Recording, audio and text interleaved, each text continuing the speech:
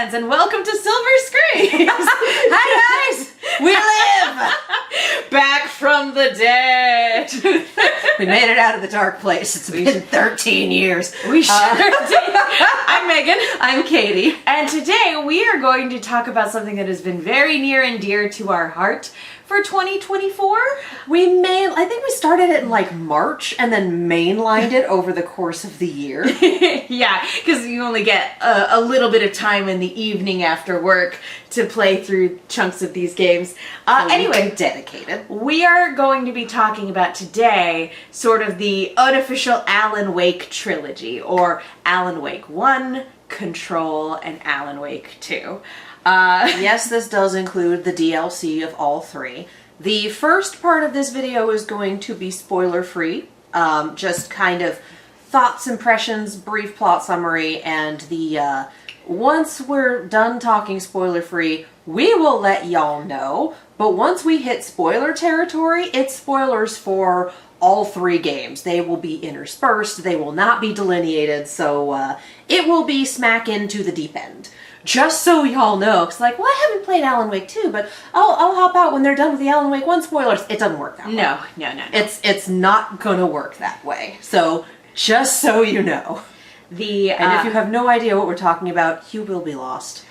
And you just will. Yeah, absolutely. You just will. Sorry, guys. And there's so much. We've never talked extensively solely about our own video game experiences on this channel. We've talked about Five Nights at Freddy's. But that lives on my channel. And also, neither of us have ever played Five Nights at Freddy's. We just know an extensive amount about the lore. This is the first time we will ever be talking about a series of video games that we've played, let alone talk about playing one video game. We're talking about playing an entire trilogy. And by you did all the playing. I was in shotgun looking up tutorial stuff if we need it, trying to figure things out and going, hey, I think there was a thing over there to your right. No, keep going right. No, see, it's right there. That's what I said. We played.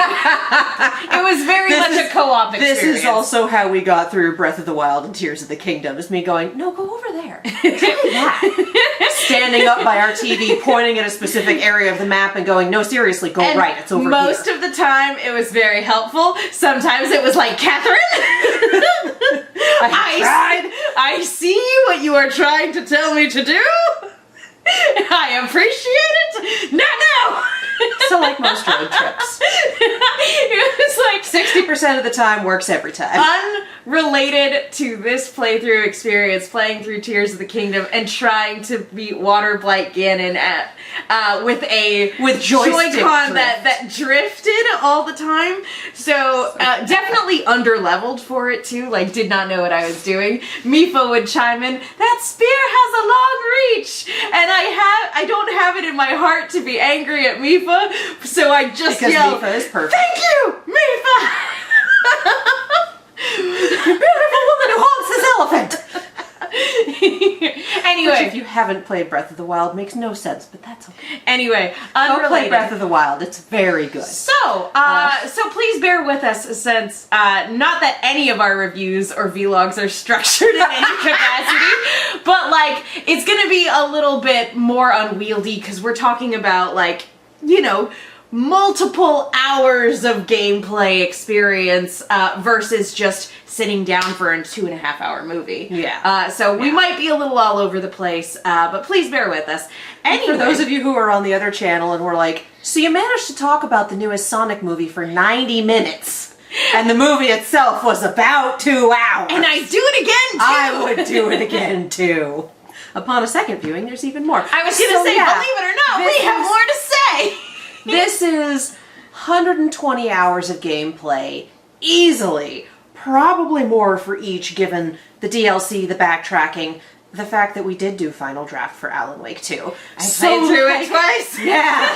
So that I would say maybe even like 200 hours of gameplay, give or take. I don't know about that. I think so. I definitely wasn't logging. No, I don't think it was 200 hours, because the game I've put in the most time into is 120 hours, and that is Sonic Adventure 2. Well, that's just the one. I'm talking across 3 games with full DLC. If they have 40 to 60 hours per game. They do not. They do not. Alan Wake 1 is pretty short. However, because it is definitely not that many hours of gameplay. However, because I could only play in the evening after work, that would be like maybe 1 to 2 hours max. And if it was something where I failed in an attempt to do something, then that was 2 hours where no progress was made. So some of those boss fights in Alan Wake 2 have kind of an insane difficulty spike. And for those of you who played Alan Wake 2, you know the 2 we're talking about. And for Control, I'm bad at shooters. I mean, this is true for all 3 of them. Well, the Alan Wake was just like, okay, you go. Control was, there is a skill tree that we had to figure out, and there was, there's a specific way to upgrade the gun, and we didn't know how to do that. Then you were too stubborn to put on any sort of assistance for the batshit insane boss fights. I gotta when get we could have good. used assistance. I gotta get good. No, the assistance is there for a goddamn reason. Anyway, we're talking here for the story. We're talking about our experience. Anyway, let's talk. This is part of the experience. But for people, okay, spoiler-free section. Yes. Alan Wake. This is a game about a writer named Alan Wake who he goes on vacation to Bright Falls with his lovely wife Alice. Oregon, right? Washington. Pacific Northwest. Yeah, Pacific Northwest. It's not a real town in the Pacific Northwest, but it is they nailed the Pacific Northwest vibe. Oh I my love god, it. yes. Because he is suffering from burnout and writer's block. So the idea is get away from it all, have some time to relax and not worry about things, and then maybe we'll be able to come back fresh. Yeah. And then, of course, spooky, scary things start happening. Yeah. There's a thing in the lake. Yes. There is there's dark a thing presence in the lake within Cauldron Lake that seeks out people who are artists. Yeah, creatives. Poets, writers, filmmakers, singers, actors, just creatives. In an attempt to harness that creative energy, I guess, to manipulate reality around the area of the lake. So that it can get out. That's what it's trying to do. Because that thing lives there and it's not happy. And for those going, Bill Cipher vibes? Kinda. And so this dark presence essentially kidnaps Alan's wife, and he spends essentially the course of that week trying to figure out what happened because he loses a stretch of time, has a manuscript he doesn't remember writing, and basically is trying to piece together what happened during his missing time and figuring out what steps he needs to take in order to rescue his wife from this spooky, scary, supernatural entity. And all the while, things that should not be coming alive are the dark presence is affecting people. It's either taking over people, or I think in Alan Wake 1 it's copies of them. They are possessed by the dark presence. They are called the Taken. Yes. So we have the Taken, who are essentially zombie rules, kind of. Very aggressive zombies that can still yell random shit. Yeah, and throw hatchets at you! And the dark presence will also possess objects, either piling them up to put them in your way and impede progress, or just having them straight up attack you. And I have to say, this game has the biggest damn bait and switch in terms of possessed things. And we'll talk about that in the spoiler section. Yes. But it sets up something that never comes back around, and it's like... And it infuriated me. I haven't done any research to see if that was something they were planning on putting in, but it got cut for time or something like that. Very good that they were not able to figure it out mechanically and it got cut. Will also say this before we go any further. We are pretty much just talking about our gameplay experience and the story. We're not really going to be delving into the nitty-gritty of development or behind-the-scenes stuff with the developers who created these games. That's for people who do researched video essays. Yeah, no, that ain't us. I would absolutely, if anybody has any recommendations for fun Alan Wake video essays, please send them our way. We would very much love to consume those as people who like to be entertained by things. Yes, a good video essay is a work of art. But for what we're doing right now, we're just discussing our thoughts on the story and the characters and the gameplay experience. Which, speaking of, definitely a third-person shooter from 2010. Yes. Which means it's got kind of, and also we're playing on a PS4, but it was originally, I believe, for Xbox. So it's kind of Xbox 360. Oh, it feels so old. So it's kind of got jank controls and jank camera, and that, gets a little interesting sometimes. But for the most part, it's fairly straightforward in terms of you hit the thing possessed by the dark with the flashlight to disperse the darkness, and then you shoot the fuck out of it until it goes away. I'm very glad that they got rid of the bird swarms between Alan Wake 1 and Alan Wake 2, because those were a nightmare. Troublesome. I don't like killing animals in video games anyway. Yeah. But, those guys were troublesome. And the fact that you had to aim well in order to get rid of them and take out a whole bunch of individual birds and just aiming with these controls. Yeah, this is the one video essay where you hear me say over and over again, I'm not good at games, apparently. This playthrough experience told me very, very clearly that if it's not a Sonic game where I have the layouts, the levels memorized, turns out I'm not good at the game. You tore your way through multiple Zelda games. Being good at shooters, first or third person, is a very specific skill set. And let's be real, neither of us really play shooters. I haven't dusted off Overwatch in forever, and I'm at the point where I'm in my mid-30s and it's starting to give me vertigo. So, shooters are a skill set that requires practice, and it's not something either of us really do. Although, I will say that for for somebody who shooters are outside of my comfort zone, Alan Wake, I feel like, was a decent introduction to a third-person shooter. Yeah. It didn't take me too long to be able to pick up on, I feel like it was fairly intuitive. It was fairly simple to be like, hey, here's essentially the mechanics of the game. This is how you get this item into your inventory. It laid it out in a way that made it so that for a genre I thought was very unapproachable prior to playing the game, I was like, no, I could play more of these in the future if there was a story that intrigued me as much as Alan Wake did. Because I was interested in Alan Wake when it initially came out, but because it was on Xbox 360 exclusive, none of us have ever owned anything in the Xbox line. I was like, well, I guess maybe if it ever comes to another console system, and it never did until I think the remaster became available on PlayStations. Yeah. But anyway. And then Alan Wake's American Nightmare, we found a playthrough, which was honestly hilarious. It was. The way the person doing the playthrough would turn on the TVs, start to get the lore, and then fuck off. So because all of the lore in it was the villain monologuing, you'd turn on the TV and then walk away. And it's on the one hand, I really want to hear what he's saying. On the other hand, this is hilarious. But I'm super, looking back on it, as I wouldn't change anything about our playthrough experience of these three games because I feel like it was a very special time. But I'm also kicking myself because I feel like I've been missing out on something I would have loved for over a decade.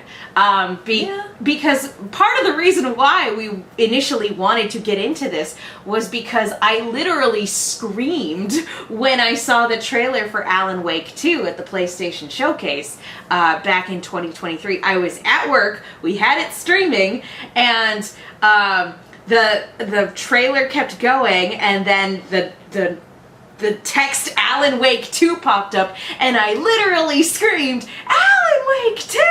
Scaring the shit out of my coworker. And I was just like, oh, I didn't realize I cared so strongly about this thing I have not consumed. Maybe I should look into it. And then they started releasing music after the game got released, and I went, crap! Okay, so we'll get into that later. I think we need to get into that now. Because part of the reason, this did cross my radar in 2010, and part of the reason is because there is a band called Poets of the Fall. They're Finnish, Norse? I believe Finnish. Scandinavian? Finnish, Yes. I believe. Rock band. And they are frankly amazing, and if you have followed any of They my might be anything, Swedish. you've I'm not seen- sure. I'm very bad at this. Eastern European. Scandinavian. And if you follow any of my anything, you probably see me like talk about them, spit their songs out, whatever. They are incredible. They've been going for a very long time, and we've been fans since 2008, 2009. Thereabouts, yeah. Give or take. I think you found Locking Up the Sun, which, if you've never heard of Poets of the Fall, find Locking Up the Sun, have that be your gateway song, because good goddamn friends, it is amazing. And so, and they've had, I don't even know how many albums. They've been going for multiple decades, and, you know, banger after banger after banger. And so one of my friends who is also very much into metal went, oh hey, they have music in this new game called Alan Wake under the band name the Old Gods of Asgard. And I was like, oh, that's cool. Yeah. And then it coming back around, me like, oh, there's a new game. Oh, they have more music. Oh, it's this. And then Herald of Darkness going fucking viral. Or as viral as it gets, I suppose. Yeah. And yeah, the album dropping on Spotify, and it was, oh, okay, no, this is all really good. Why have I not been listening to this? Why have I not been what have I been doing? What have I been doing for the past decade? Finally going, hey, we're playing Alan Wake, and my friend leaning in and going, finally! Where have you been? We're trying, okay? Yes, listen to Poets of the Fall.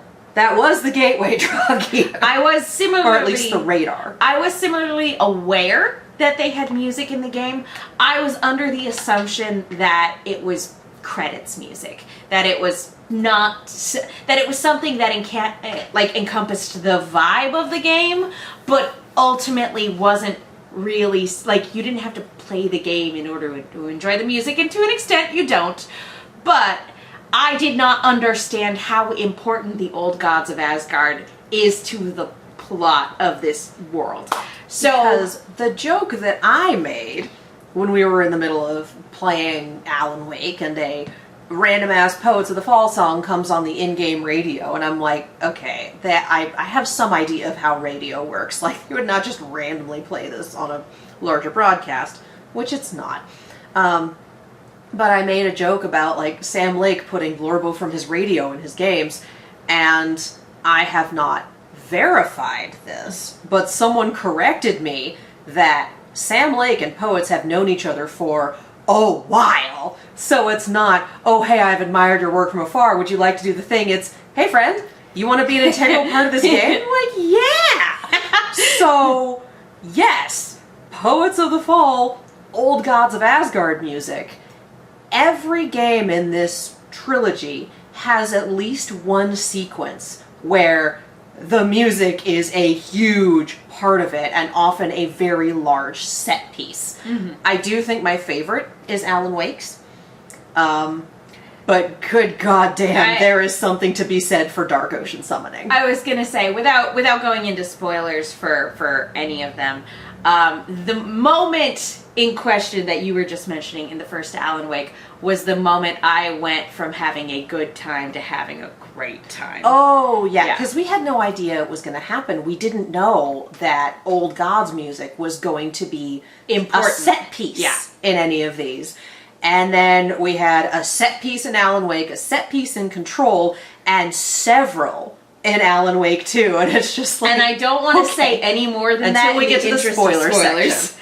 But overall, I really loved the vibe, the characters, the character arcs. I really like, and again, for it being a product of its time, I feel like the environments were really beautiful. Yeah. Like, overall, I really liked the gameplay experience. However, in the context of the trilogy, I do think Alan Wake is the weakest component of that trilogy. Yeah, they had to get the party started somehow. Yeah, it's also, by far, I think, the simplest and most straightforward. The other thing is, they're throwing a lot of, I hesitate to say, like, high concepts, but most games are not going to come at you with, by the way, it's about this creature in the lake that's using the power of any creative it can eat to warp reality. Like, that's one of those things where you kind of have to step back and wrap your mind around it a little bit. That's the sort of metafictional thing that's often more at home in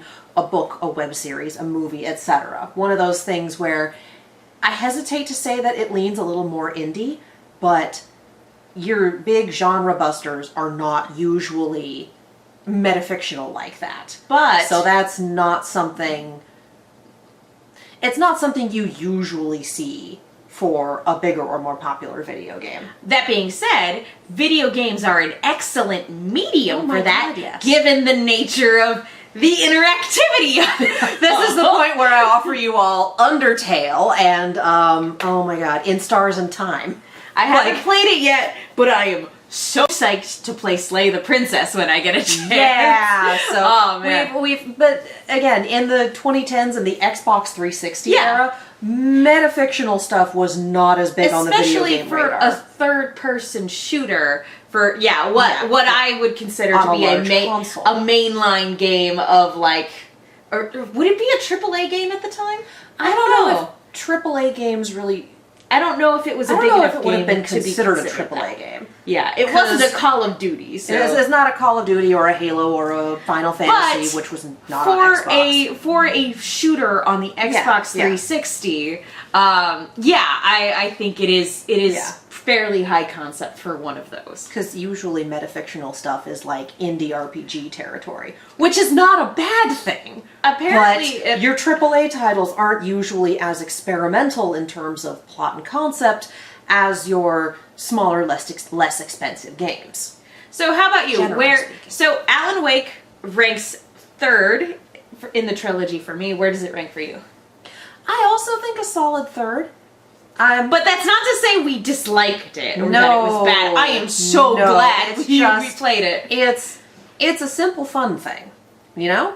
And it had to establish these concepts. Mm-hmm. And then Control was a lot more, hey, did you like that crazy supernatural shit? Would you like a whole lot more of it in a bunch of different flavors? Shall we move And on to Alan Wake Control? 2 was, hey, come on back to Cauldron Lake. You remember this shit?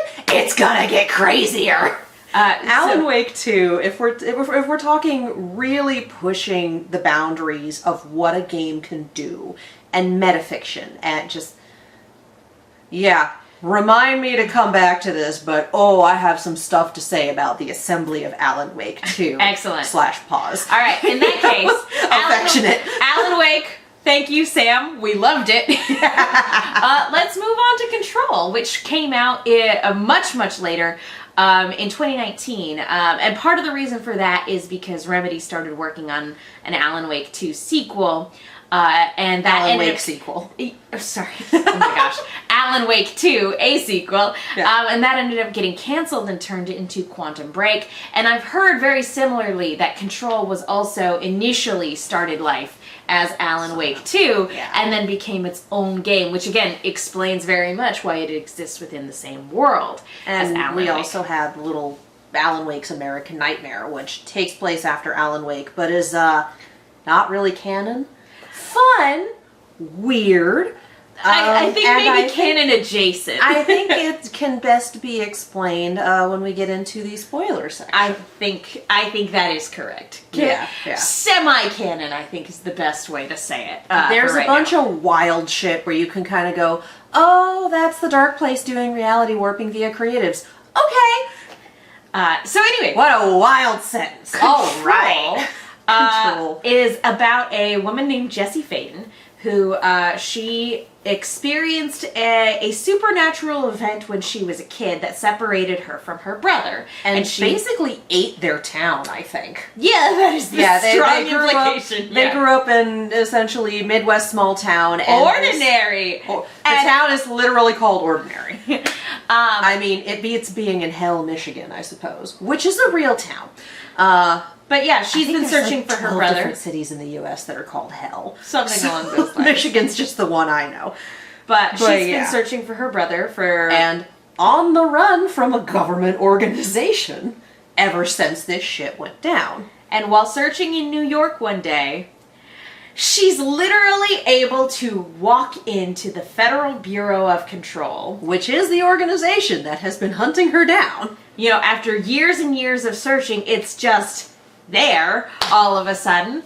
And not only is she able to walk right in, but she's able to walk right in the middle of a, like, in the a middle cataclysmic of event. the building is under lockdown because shit is going down right now, which she was not aware of. She came here to try and find Dylan.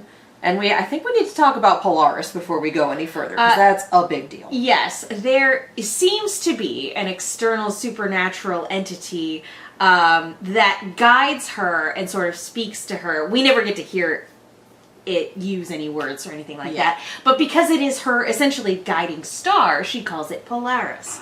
Oh, Polaris. Polaris. Yeah. I don't know why. I don't know why I can't talk today.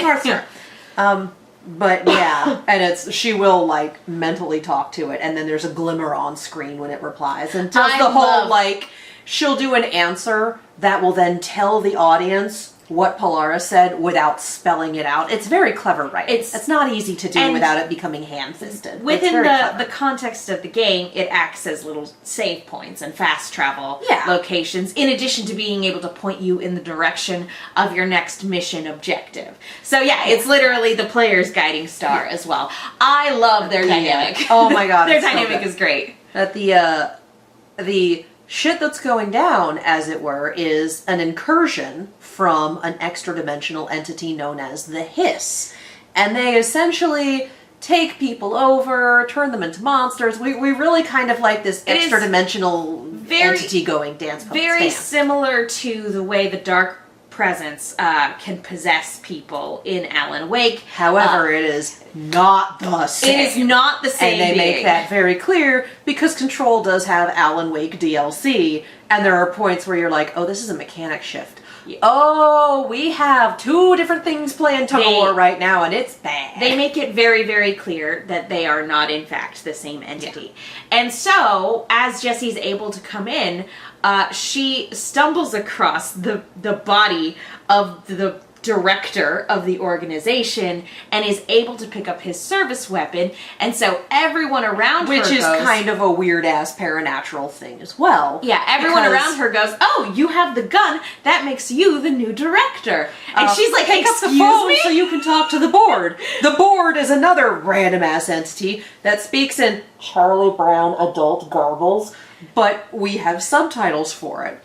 What's very interesting are approximations. They are approximations, and what's very funny is that we'll get like an approximation of something, and you'll have 3 different words, and it will be like friend / ally / cannon fodder or something like that. Like, again, the writing is excellent. It is very funny when it needs to be. It is heartbreaking in points, and there is one point where it was like skin-crawlingly creepy. Which, again, there are several points. We're going to talk spoiler section for that.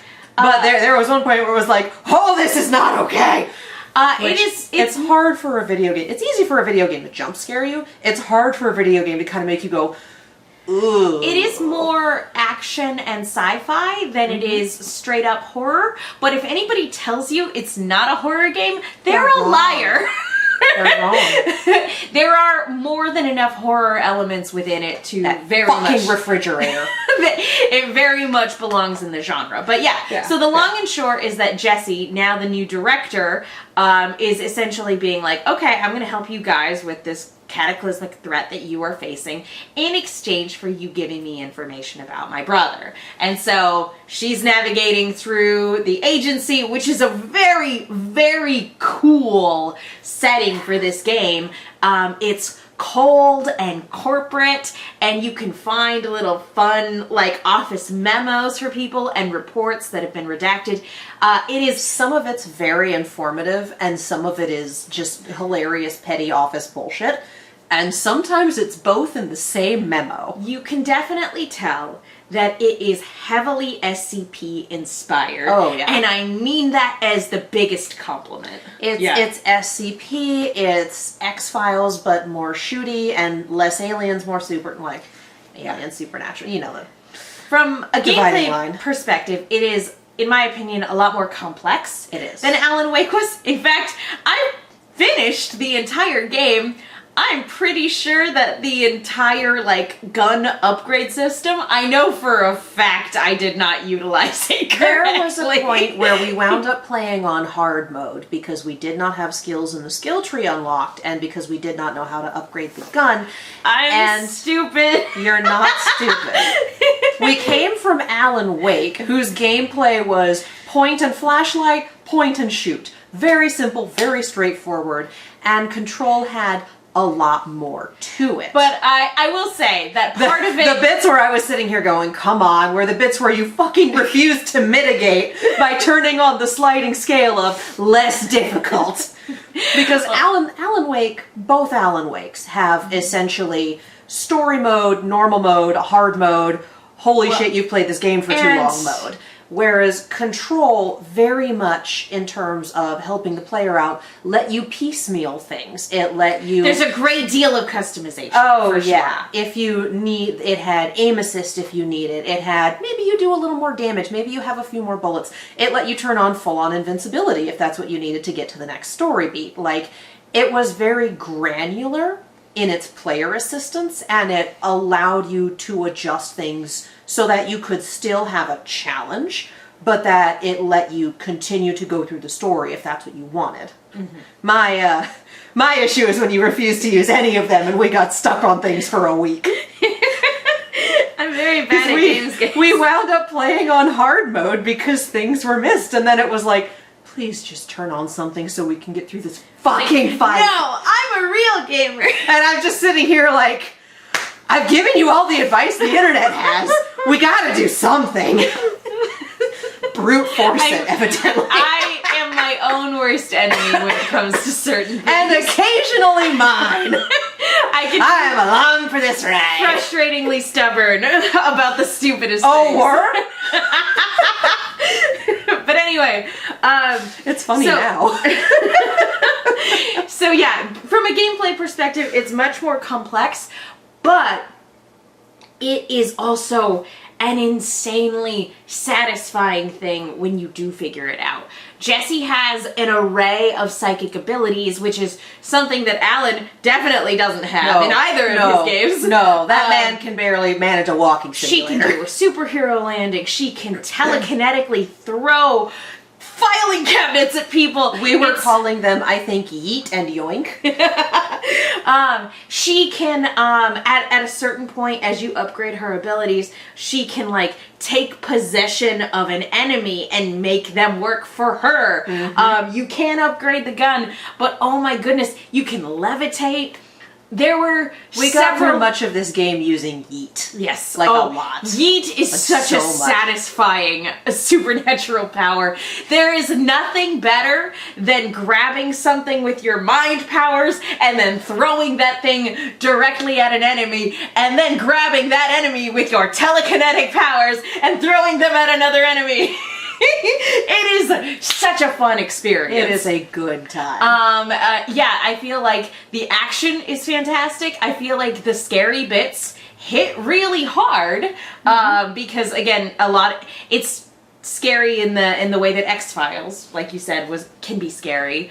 I would say more so.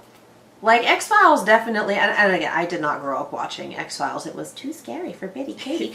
But I was too young for that. I was like 8 or 10 in its heyday. I'm laughing because it was too scary. It was too scary. Like, my parents watched it and I was like, oh, maybe not that. And they were like, yeah, maybe not that. I always change the channel. I'm like, well, The Simpsons are over later. While I can't make direct comparisons to X-Files because I did not watch it. There's, the idea of government agency dealing with supernatural bullshit. I saw enough of it when I got older to... X-Files, I think, leaned a lot more aliens, unexplained, etc. And Control is very much more, this is firmly in the horror genre. Again, the SCP idea and influence. The Hiss are not to be fucked with.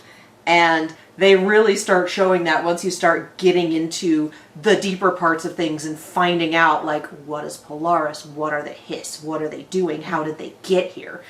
And it's Yeah, again, there's bits of the climax where I was sitting here going, oh, that's fucked up. And you also have some fairly interesting inter-office politics going on too between Which the head definitely helped researcher. fuck things up. Yeah, the head researcher Casper Darling, the former director Trench. There is a really fun cast of characters too. Oh my god, yes, it's huge. And Jessie as a protagonist is super fun. She keeps things close to the chest, but like there are, and so like, but her jokes are really funny. She's kind of delightfully awkward in some places too. Like as a protagonist, I really enjoy her. Yeah. I mean, think she's a lot of fun. She's been on the run since she was basically like 12 or 13. So there's a lot of social development that couldn't happen there. So yeah, they do that very well. And also we get like internal monologue, internal questions to Polaris, so the audience gets to see a lot more. Like, she'll have a conversation with someone, and then the camera will cut to her, and we'll get to hear her, like, internal commentary on what's going on, what they said, what happened. It's very fun. Very clever. It's a good time. Yeah, the writing is excellent. I don't know that we can go into much more detail without, again, spoiler territory. Yeah, so I will just say, I think out of the three of them, I think it's the best game. I think if you're only going to play one of them, Control would be the one to play. Does it rank number one for you, or does Alan Wake 2 outstrip it a little bit? I think in terms of, yeah, if you want a standalone, if you want more game in your game as opposed to more narrative in your game, it depends on where you weight things. Control is definitely the best for, I just want to do one. You will not be missing a lot of context, and there is so much gameplay in there even before you get to the DLC. And it is a very good story, too. I'm not knocking the narrative in any capacity. It just puts gameplay before narrative. Yeah. And it balances them. It balances very well. I would say both of the Alan Wake titles balance the narrative more heavily. Mm-hmm. And for me, Alan Wake 2 is the favorite because I love this narrative. We're going to swing into Alan Wake 2. For what we were talking about, games playing with narrative, playing with their mechanics, playing with being metatextual and metafictional. Alan Wake 2 does an amazing fucking job of that, of really leaning into the how does fiction affect reality, even without, reality warper Barbara Yaga in the lake. We're going to have to explain Barbara Yaga, but we'll go back to the spoiler section for Alan Wake 1 for that shit. That's not an actual character name, that's just her being clever and me going, I'm never going to let this die. But the way that Alan Wake 2 does things, the live action sections that they integrate, the different things that you need to do, the fact that half of Alan Wake 2 is about time loops in the dark place, and then in order to get the real ending of the game, you have to play it again in New Game Plus, which is known as Final Draft. Like, the fact that it bakes its story and its mechanics together so well. Like, this is, the sort of fuckery that you usually get in indie games. And the fact that it's done on this scale, on this AAA title, is incredible. Like, this is some of the best time loop writing I think I've ever seen. And I think part of it is because you have to play through it as opposed to just witnessing it. And I think part of it is just it sets up things very well, so by the time the other half comes around, you're like, oh shit, I thought that was that, and what? See, I would consider calling it time loop stuff. I would technically consider that a spoiler. But, basically, yes. You don't have to get very far into the gameplay on Alan's side to realize that maybe there's some timey-wimey shit It's happening. not a huge spoiler, but No. yes. So Alan Wake 2 picks up 13 years after the ending of Alan Wake 1, which did in fact take place in 2010. Full-on One Piece time skip level shit, I think it was very interesting for them to pick up in contemporary times instead of having it be the following year. Having it be a full 13 years is so tragic. An excellent choice and also very, very sad. But basically, it's more creepy stuff has started happening at Cauldron Lake, and two FBI agents one, Saga Anderson, and her partner, Alex Casey, who happens to share a name with the main character of Alan's crime novels that he's known for writing. And he hates it. Everyone's always like, hey, did you know? And the answer is yes. And in much the same way that my last name is Cullen, and oh boy, I still get vampire questions. It's that sort of thing. It's like, motherfucker. And so they go to Cauldron Lake to investigate on behalf of the FBI.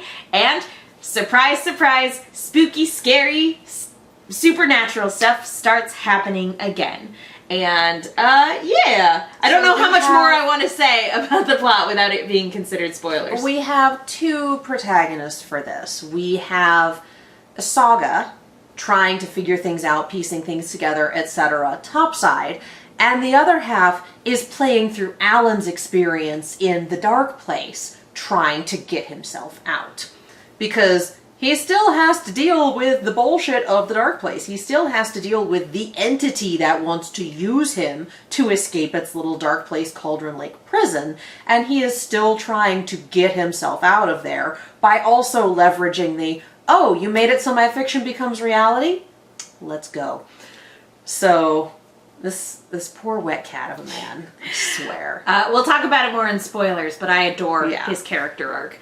And the way the gameplay works is you can choose to play through all of one to a point, and then all of the other to a point, and then it puts you a little bit on rails in terms of who you're playing as, but that's the last, like, maybe fourth of the game is it goes in this order. You have the freedom to hop back and forth to your leisure. But if you hop like, oh, we finished a chapter with this character, let's hop over to the other one and kind of play them concurrently. That is how the game encourages you to play, but you have the freedom to do whatever you want. I think it's a richer experience if you play it concurrently, especially since at the end of each chapter there is stuff that takes place like from each character's point of view, and you get to see like, oh, that's their half of the conversation. Oh, that's how this goes. There are literal overlaps, and that's all I will say for now. It's very good. It's figured out its mechanics. It's figured out its camera problems. It's a PS5 game, so it's a little fucking broken in areas. But it's also beautiful. Oh, it is yeah. Oh, yeah. Gorgeous. Oh my god, yes. And again, they have these live action segments that are very well integrated. It's not seamless. It's very much a, oh, hey, here's a thing. You click on the thing, and then you have a live action cutscene, and then you go back into the gameplay. But it's so much fun to watch them. Oh my god. And the introduction of Mr. Door is just... He's a very fun Bless this man. He's excellent. The whole game actually introduces it. It brings back a lot of characters from the first Alan Wake. I think it does exactly what a sequel should do and builds upon the foundation of the first one. And if you did play Control, there's some fun nods to Control in the game as well. Yeah. And it introduces a bunch of new characters like Mr. Door. And everybody is really fun and endearing in one way or another. And I really like the whole cast. I like also the way just the sort of the settings for both. It's really nice going back to Bright Falls. It's really nice seeing how the dark place manifests itself during those sections of the gameplay. And I like the gameplay style for both. For Saga being a cop, she has essentially a case board versus Alan, who has a plot board. And so it's similar but different. Yeah. And what you do in those areas, like for Saga, it's very much, okay, we're doing this. We're putting things together and figuring stuff out. Whereas for Alan, it's, this is how I fuck with reality, let's go. And also just Saga as a character, I also very much like her as a character. I think the way I described it when we were initially playing through the game, like we're just like a couple hours in, I'm like, it's, you know, comparing her as a protagonist to Alan and even to Jesse, I'm like, it's kind of nice to play a grown-up. She is competent. She is funny. You kind of start getting her backstory. It unfolds bit by bit. And then for some of this, it's like, all right, well, why is she so invested? Well, the reality warping starts to fuck with her life. And she's very much like, we're not doing this. And so the only way out is through, and she has to see it through and fix it in order to fix what has gone wrong. And not her fucking fault, but her fucking problem. And much like Jessie, she also has some psychic abilities. Not, unfortunately, to the extent where she can pick up a filing cabinet and yeet it, but they help in her investigations. Yeah. So it's the sort of thing where we're sitting here going, okay, this is just the mind place. And later on it's like, oh no, that's not just a game mechanic. Oh. Yeah. It's, again, the whole cast is great. She's great as a playable character and as a co-protagonist. I really liked playing as the both of them. Yeah. And I also appreciate it. Complete side note. I also very much like how inclusive both Control and Alan Wake 2 are. You know, obviously we have the limitations of the gameplay engine in Alan Wake 1, but they really made an effort in both Control and Alan Wake 2 to be like, hey, it takes place in America, lots of different people live in America. It's like, I know our central character is a white guy, but they don't all have to be. Yeah, I very much appreciated Remedy being more inclusive in more recent games, so yeah, kudos all the way around there. And just Saga being our very, very competent human, and just Alan being a wet cat of a man at this point. I do love the character development from anger issues to, please, for the love of God, I just want to be done. I am very fond of the the horror character archetype that Alan is in Alan Wake 2. The 13 years of bullshit will wring you out like a wet rag. Like this poor man. Yeah, exactly. And gameplay-wise, I think it very much improves on the stuff from Alan Wake 1 in terms of like inventory and quick slots and being able to upgrade your abilities.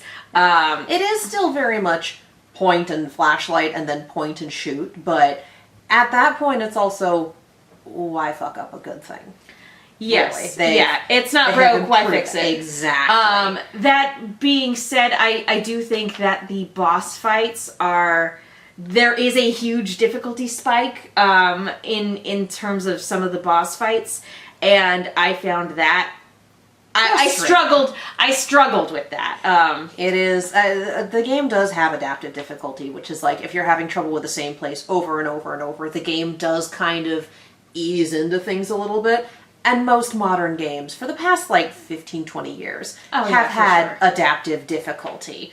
And if you don't know what that is, definitely look it up. It's very interesting. The game is still challenging, but it doesn't tell you that maybe it puts a training wheel back on in the section where you are just dying 85 times in the same spot. Because the game wants you to succeed. Yes. Like, the game does want you to win, and like all the Dark Souls players and whatnot out there going, actually, I'm like, no, the point of Dark Souls is to be difficult. That's different. I actually don't know if Dark Souls has adaptive difficulty, and I would be very surprised if it did. Yeah, I don't know. But, I would assume not, but I'm also not a game developer, so maybe it does, and it just does it in very small increments. But when the point of your Dark Souls and your Sekiros and your Elden Rings is not, we want to know the story, it's get good. Yeah. Then when it's the point of pride is get good. Again, I don't know, but I wouldn't be surprised if they either didn't have it or didn't have much of it. But a lot of modern games do have adaptive difficulty, so you can get through them without the game straight up going, so you need to turn it to easy mode. Like, you don't. Yeah.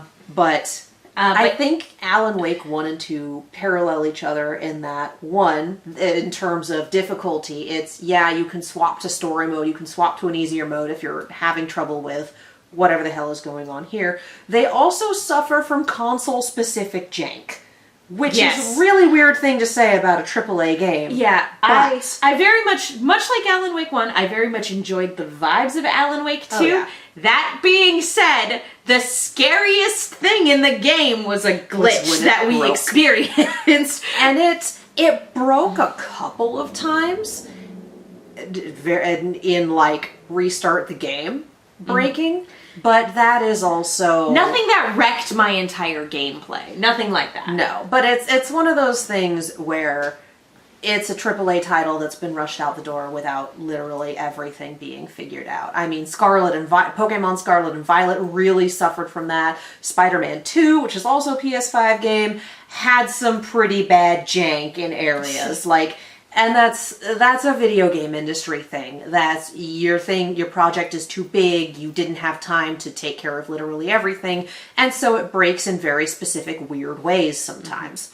But that is console specific and specific like issues with the gaming industry at the time jank. That's not necessarily, and this game is bad because it's not, but no, yeah, the jank in Alan Wake 1 was aiming and camera, and that's 2010's problem. That was a product of its time. Oh yeah, the janky things that popped up in Alan Wake 2 were definitely glitches, not working as intended. Definitely clipping through things getting stuck where they shouldn't I have. will say again that it didn't happen enough to completely upend my enjoyment of the game. No. And nothing that I think there are some games that are so badly glitched that it can impact your save file and completely wreck multiple hours of gameplay. There was nothing like that. No. It was more just oh, well, that's a thing that happened. Time to reload and go to the previous checkpoint, and hopefully that'll fix it. And then it always did. So it's just oh, okay, cool. They were speed bumps, not not sinkholes. Again, it's one of those things that's endemic to AAA games on expensive consoles at this time because of current state of the video game industry, etc., etc. So it's one of those, it's fucking noticeable when it happens, but it does not break the game permanently. But I think as far as the actual game goes, I love the story. I love the character arcs. I love the vibe and the lighting. Oh my gosh. I really like the mechanics of being able to again, alter the world around you in certain aspects. I think, again, does an excellent sequel and an excellent story in and of its own right. It does everything that the original game does well, but better. And yeah, it takes the characters in a direction you would hope to see them go. There's definitely still some open-ended stuff, but it's more, oh, we put a pin in that for the next one in whatever this series is. Okay. And yeah, I think overall, I think Control's the best game. And so I think slotting this into slot number 2 is how it shakes out for me. However, I find that I care more about the story here than I do about Control. And again, that is not to say that I don't like Control's story. I think just the story of Alan Wake over the span of its 2 games, I think means a little bit more to me. Well, and again, both Alan Wake stories are much more narrative focused. Control has a great narrative, but it's a lot more gameplay focused, and that's just how it's built. That's also why it's the game that's lending itself to a multiplayer spin-off at some point in the future. They've been talking about it for a while. God knows if it's going to happen. And both of these properties may become television shows soon, so we'll see. Anyway, there's been talk about an Alan Wake 2 show, and honestly, Control basically being SCP FBI. Let's fucking go. You could easily do an episodic something with a through line. It's like Doctor Who. The through line becomes really, really important during the last couple episodes of the season. But for the most part, if you just catch one here and there, generally you're okay. Yeah. Well, that was before Moffat started showrunning Doctor Who. Anyways. Yeah. Anyway, so yeah, Alan Wake, Control, Alan Wake 2, all wonderful games, great music, great vibes. really fun gameplay and really great characters. I highly recommend going through all 3 of them. If you've only got time for one, make it Control, in my opinion. Any differing thoughts on that? Yeah, I mean, if you've only got time for one and you're good with that flavor of gameplay, then yeah, Control. Honestly, if you've only got time for one, you want it to be more narrative forward, get spoilers for Alan Wake and play Alan Wake 2. I think that's fine. Are we saying don't play Alan Wake? No. No, we're not saying don't play Alan Wake. We're saying be prepared for a game from 2010. But yeah, I had a lot of fun with all 3 of them, and I highly recommend all 3 of them. Do we want to... I think this is when we hit spoiler section, so if you haven't played one or all of them and you care about spoilers, this is the point where you hop off the video, finish whatever games you haven't finished, and come back on. If you've already played all 3 of them, awesome. If you don't care about spoilers, awesome. If you're just watching this video for the hell of it and you have no idea what we're talking about, you're about to be even more confused, but awesome. But this is the spoiler section now, so if you want to remain spoiler-free for any of these 3 games, it's time to hop off. And I will also say, this is probably where our discussion is going to get a lot more jump around, where I don't think we're going to have any real structure moving forward. Friends, if you thought we were off the rails already, you ain't seen nothing yet. And everyone who's been here for these is like, oh, okay. No, we know how these go. Come on, come on. Waiting for the unhinged shit. So yes, hinges. You've been warned. Spoilers. Holy cow, these games! These fucking games. Holy cow, these games! They're interconnected in a much greater way, I think, than we initially discussed during our spoiler-free section. The problem with doing spoiler-free stuff for these games is that so much of the good, crazy shit is in the middle to back half, and on the one hand, you have to advertise the game as, oh, it's about this, but on the other hand, you can't really fucking tell people what the crazy shit's about because it's spoilers. It's like trying to tell someone who's never seen Cabin in the Woods why they should watch Cabin in the Woods. If you're into horror and you've never seen Cabin in the Woods, you should watch Cabin in the Woods sight unseen. Don't look anything up. Don't spoil yourself for anything. Just fucking go into it. And that's how we have to talk about Cabin in the Woods. Because otherwise, it ruins everything. Like, it's hard to say you need to go into this one blind. Because, boy, is that really trusting the person who tells you to go in blind. Yeah, you really have to trust that person. None of these games are, you need to go in blind.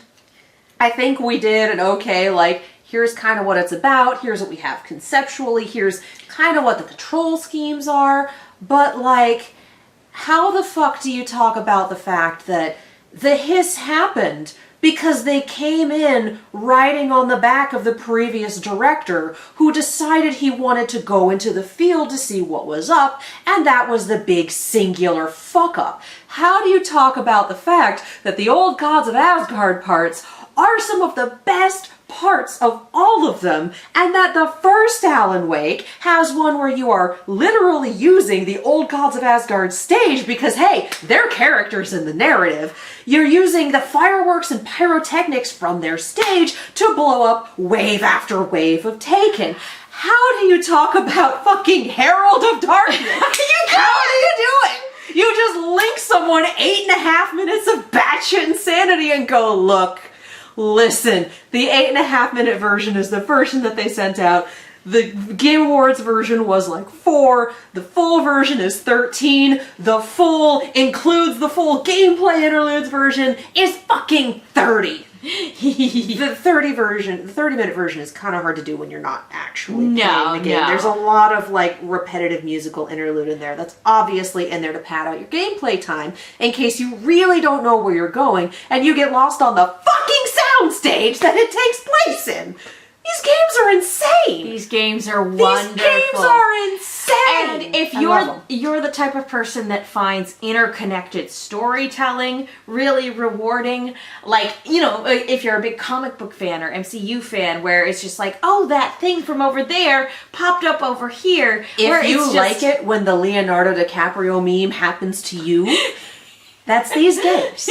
That's these games. That's sitting here and going, oh, okay, this song is about find the Lady of the Light. I was like gone mad and then, okay, cool. This song is not a fucking, oh my god. Every Poets of the Fall song is so fucking straightforward. It is either directly about the plot of the game itself, or it's a tutorial for the next thing you need to do in the game. I mentioned it. They're beautiful songs. Oh, they're wonderful. They're so good. And then you actually play the game and you're like, yes. This is not subtle. I have, It doesn't need to be subtle to be good. It's fucking fun. Listening to Poets of the Fall, like during a work day or something like that, songs from the original Alan Wake, this is years before Alan Wake 2 came out, but songs from both Control and from the original Alan Wake would pop up if I was listening to Poets of the Fall on Spotify. They'd pop up randomly when I got to the end of whatever playlist I'd listened to, and I just kind of like, oh yeah, that's that song from that one game, where I just assume it's credit music. I did not understand the importance of Poets of the Fall in this world, like to the point where you literally, in both Alan Wake and Alan Wake 2, you have to get Old Gods of Asgard records on vinyl to progress the story. Not in the context of the game. You don't have to go buy their album. No. But you should buy their album. It's very because good. It's great. It's so good. For those of you who follow either of us on like Instagram and whatnot, it's like, oh, your Spotify rap was 90% Poets of the Fall by volume. Gee, I fucking wonder why that. Like the only one on my top 5, the only one that wasn't an Old Gods of Asgard song was a Starbomb song. So like, y'all, this is a probably 50-minute album, and I have work days where I just put it on repeat and it gets me through the day. Like, that is where we are with this. We mentioned it is that good, and also that's just my brain. The spoiler-free section. When we initially started Alan Wake 1, I was kind of I went in with very, very low expectations. Like, my purpose in playing Alan Wake 1 was that I wanted to get to Alan Wake 2 so that we could listen to the music contextually that we heard at the Video Game Awards and that had gotten released when Alan Wake 2 came out from Old Gods of Asgard. The reason why we played this trilogy is because we love Poets of the Fall. Mm-hmm. I think I got it. I think I got the OG Alan Wake for you for Christmas 2023. Yes. And the reason why we wanted to play, we were playing through Tears of the Kingdom, and as I was on the tail end of that, I was like, I think I want to play Alan Wake 2, because they had released Herald of Darkness, and I heard it without context, and I was like, I think I need to play Alan Wake in order to play Alan Wake 2. And then somewhere along the lines, somebody we had talked to on one of our Discord servers was like, you should play Control as well because it takes place within the same world. And so we played through all 3 of them. But when I initially went into Alan Wake 1, I had a coworker who loves the trilogy as well, but had a really hard time recommending Alan Wake 1 because it's a product of its time. Because it's a janky 2010 shooter. But, yeah. so, like, I had also seen a lot of discussion, not that I didn't look into it because I didn't want spoilers, but I had also seen some discussion about, is Alan Wake supposed to be a good writer? Like is this the character? Yeah. Is the character Alan Wake a talented writer? Because the whole thing is like, oh, it's the manuscript. The manuscript does dictate reality, and you find the pages throughout Alan Wake 1 and Alan Wake 2. And the fun thing with Alan Wake 2 is like you see these pages and like they all have subtitles and they all have spoken sections where it will read it out loud to you. So it's very helpful on that front. But the Alan Wake 2 pages they're typed out, and then there's a whole bunch that's like scribbled out and rewritten and whatnot. And it's Alan Wake and his evil double that's also the thing that lives in the lake, known as Mr. Scratch, or just Scratch, which, yes, is another name for Satan. Probably my fighting biggest... over the fucking draft. My biggest criticism, I think, of Alan Wake 1 is that the introduction of Mr. Scratch was super rushed. And like, in the DLC, yeah? No, that was the very ending of the narrative prior to the DLC. Right. Although, like, the DLC does a good job of indicating what Mr. Scratch is without fully just plainly stating what Mr. Scratch is. There's enough in there for you to be able to figure it out. 13 years before Alan Wake comes out. Before Alan figured it out. But because previously, the Dark Place had eaten a poet named Thomas Zane.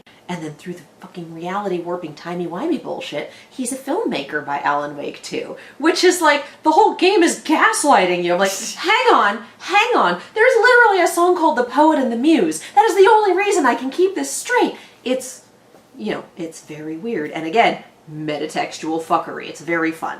But what happened to Thomas was the same thing that happened to Alan, was that the lake grabbed his wife and he went in after to try to save. So Alan definitely did a better job of it than Tom, namely because Tom super did not succeed, and then rolled up to Alan and went, so here's where I fucked it up. Here's how you do it better. And then just became completely unhelpful in Alan Wake 2, which is by design and very, very funny. And talking about fun metatextual stuff, they do some really fun stuff in terms of casting with the character. Oh my god, it's great. But yeah, so the first manifestation we see of the Dark Place in Alan Wake 1 is Tom's wife, Barbara, who is like, oh, she went missing, what, like 40, 50 years ago? It's like, she's in dead. the 70s. In the 70s, so yeah, I had 40 years ago at that point. But we see her, like, Alan runs into her and doesn't know who she is, so you start calling her Barbara Yaga, which is amazing. It starts when he goes to get the keys to their cabin, and Barbara shows up and goes, oh yeah, the guy you needed to get the key from, he's sick right now or whatever. Anyway, here's the key. And so instead of getting the key to their actual cabin, they get the key to a little cabin at the center of Cauldron Lake. And it's Cauldron Lake, and they've got like a little sign in front of the cabin that has the little cabin on chicken legs, and I'm just like, oh, like Baba Yaga. And then later when we actually get the woman's name, who is Barbara Yeager. Yep. And so, yeah, we just started calling her Barbara. You coined Barbara Yaga. I think I was angry at her. You were. It was very funny. So then it's just, oh yeah, the lake. Oh yeah, Barbara Yaga. So the fact that we see the lake manifesting or the entity, the Dark Place, manifesting itself as people it has eaten, the fact that Mr. Scratch shows up with Alan's face, it's like, oh, okay, it's manifesting itself, like, as him. While he's still trapped down there. It's his dark side. It's his... And what I find really, really funny about this, because the thing is, Scratch is fucking terrifying in Alan Wake 2. Just the sheer amount of power that this fucker commands is something that you don't really mess with. But having done Alan Wake's American Nightmare, which, along with, I think, the 3... Night Springs DLC for Alan Wake 2. I've seen them all placed as, this is one of Alan's attempts to write himself out of the Dark Place that failed. And technically, not to do a little sidetrack, but technically the entire plot of Control can be attributed to that as well, because in the Alan Wake DLC, it's strongly implied that the Hiss attack on the oldest house was caused by him writing it to create a crisis for a hero that could save him, namely Jesse, and that it just, you know, much like these other attempts, it just didn't end up working. But yeah. But unlike the other attempts, it's fucking real. Yeah. Like, it didn't work for him, but it stuck around. Whereas Alan Wake's American Nightmare, which is he kind of gets spat out in, like, what, Arizona? Yeah. I think. And Which he and Scratch are BTW, both there. very, very fun setting change. Yeah. For that gameplay. But the thing that we see for Scratch, and this is kind of my theory about him, is that if he's Alan's dark side, Alan's actual dark side didn't really mature much past like 6th grade. Because it's one of those things where when you're younger, you're aware of like these awful things that can happen, but if you haven't experienced them and the consequences yourself, you maybe don't have a full concept of what it means for this to happen to a person. You can enjoy the idea of, oh, that dude got fucked up by the monster and it strung his entrails all over the taxidermy deer head, and it's so a teenager up. who loves gory horror movies. Exactly. Yeah. And that's just kind of what we see from Scratch, is that it's all, even in American Nightmare, and especially in Alan Wake 2, it's all over the top, it's all crazy. When Scratch is running around, he stole a leather jacket from one of his victims and he's all covered in blood and it's all spooky, creepy, and it's just like, that I think is are 13. That is both, he is both horrifying and hilarious by turns. And it, especially in American Nightmare, because again, we watched a playthrough where the person who was playing would turn on the TV and Scratch would start talking shit on the TV. And then doing his villain monologue stuff, and then Alan would walk away, and to me that is the funniest reaction. The person playing had no time to sit there and listen to it. And so on the one hand, it's like, no, we're kind of not necessarily completionists. We were annoyed because we're like, the whole point of us going through this is that we were told that we get more of Mr. Scratch in this gameplay experience, and we are not getting that because you are walking away from the lore that we're getting. But at the same time, it was really funny. Because it was just Mr. Scratch would start talking and Alan would be like, yeah, fuck off. Yeah, and leave. The vibe that exuded was that Alan does not have time for this idiot's nonsense. So that for me is like, for being a crime writer and for being all of this, like, your actual honest to God dark side never really got past 7th grade. Which, that's the vibe I get, because all of the really horrifying shit we see Mr. Scratch do, like in American Nightmare, he whammies a woman so that she's like super in love with him. And on the one hand, it's like, all right, that's a very teenage boy, whatever, but seeing this as an adult and going, oh, that's so fucked up.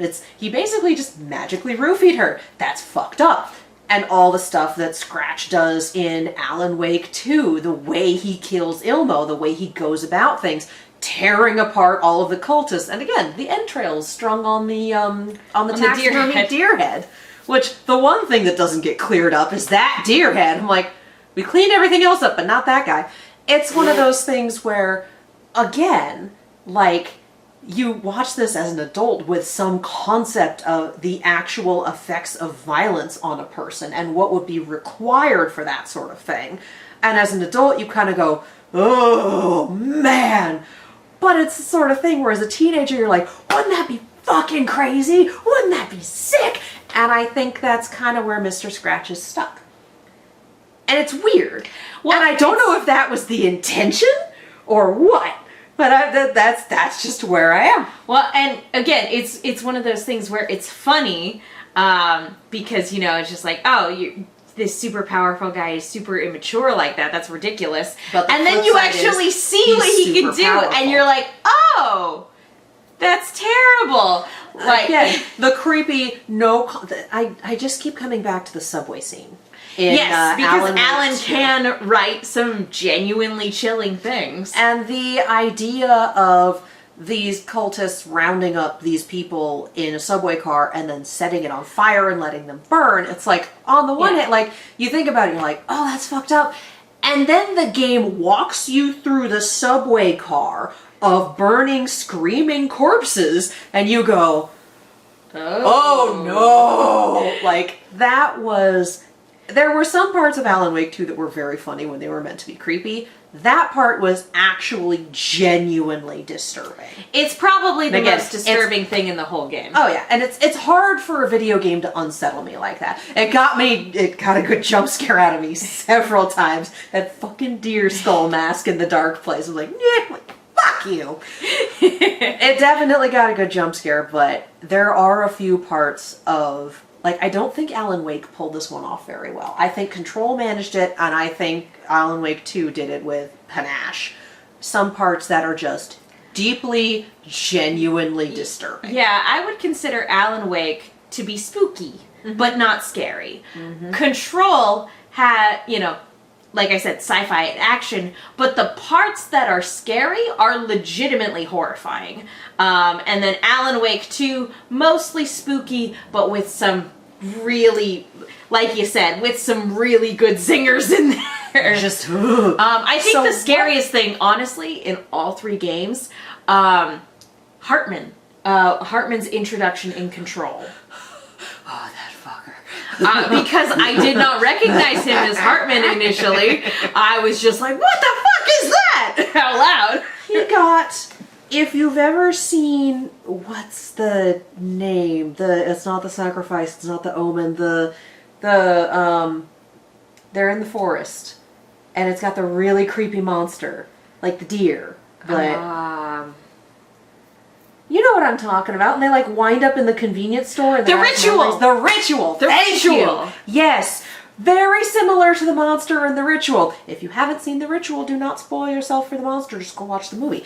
But in the dark, he very much exuded that silhouette. Yeah, it was very much like, oh no, it's that thing. For me, the bit of Control where I went, no, this is actually really fun. The bit of Control that had me going, okay, was when it looked like the Hiss one, and we got the false credits scene. Yes. Where it started playing the music, started showing the credits, and then the music got really distorted, and the credits started just becoming paragraph after paragraph of this one nonsensical screed that Hiss corrupted people would scream at you, and then the text started to waver. It was very effective, because there's something you expect for a credit scene, and for it to be so completely fucked that way, for it to gradually get into that, and for the music to start on the level and slowly start getting distorted. Like, because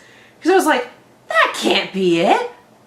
Oh, I don't like this. Yeah, very Doki Doki Literature Club. Where it reaches out and kind of grabs the audience and is like, hey bitch, guess what? Well, you're part of this too. We've been in Jessie's shoes the whole game, and she's a super-powered powerhouse. And that is the point where the Hiss grabs her and essentially throws her into the equivalent of the dark place, where she is stuck as an office intern, basically, or an entry-level employee making copies for people and grabbing coffee for everybody berating her and, telling her she's incompetent and will never amount to anything and everything like that. So, and that also is a time loop.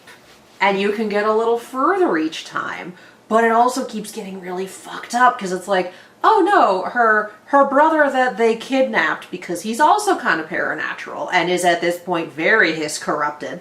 And like, oh no, he's the director. Oh no, he killed the director. Oh no, it's that. Like, that part of the game is just so terminally fucked. But starting with that fake credit roll, that's what really just had me going, well, because that's the part where the game is telling you as the player, you're a part of this. Yeah. Like, oh, you're a part of this. I want to be a part of this. I want to be on this side of the screen. No, thank you. No, thank you. Control just, and again, this franchise really liking to do metatextual fuckery. I think another part that really got me was the introduction of the former with the Weeping Angel-esque refrigerator. That stupid refrigerator. It wasn't, the issue was not the refrigerator itself. So, for those of you who are still in the spoiler section despite having not played these games, hi! I assume that none of this has been making any sense to you Probably whatsoever, but hi, we're having a good time.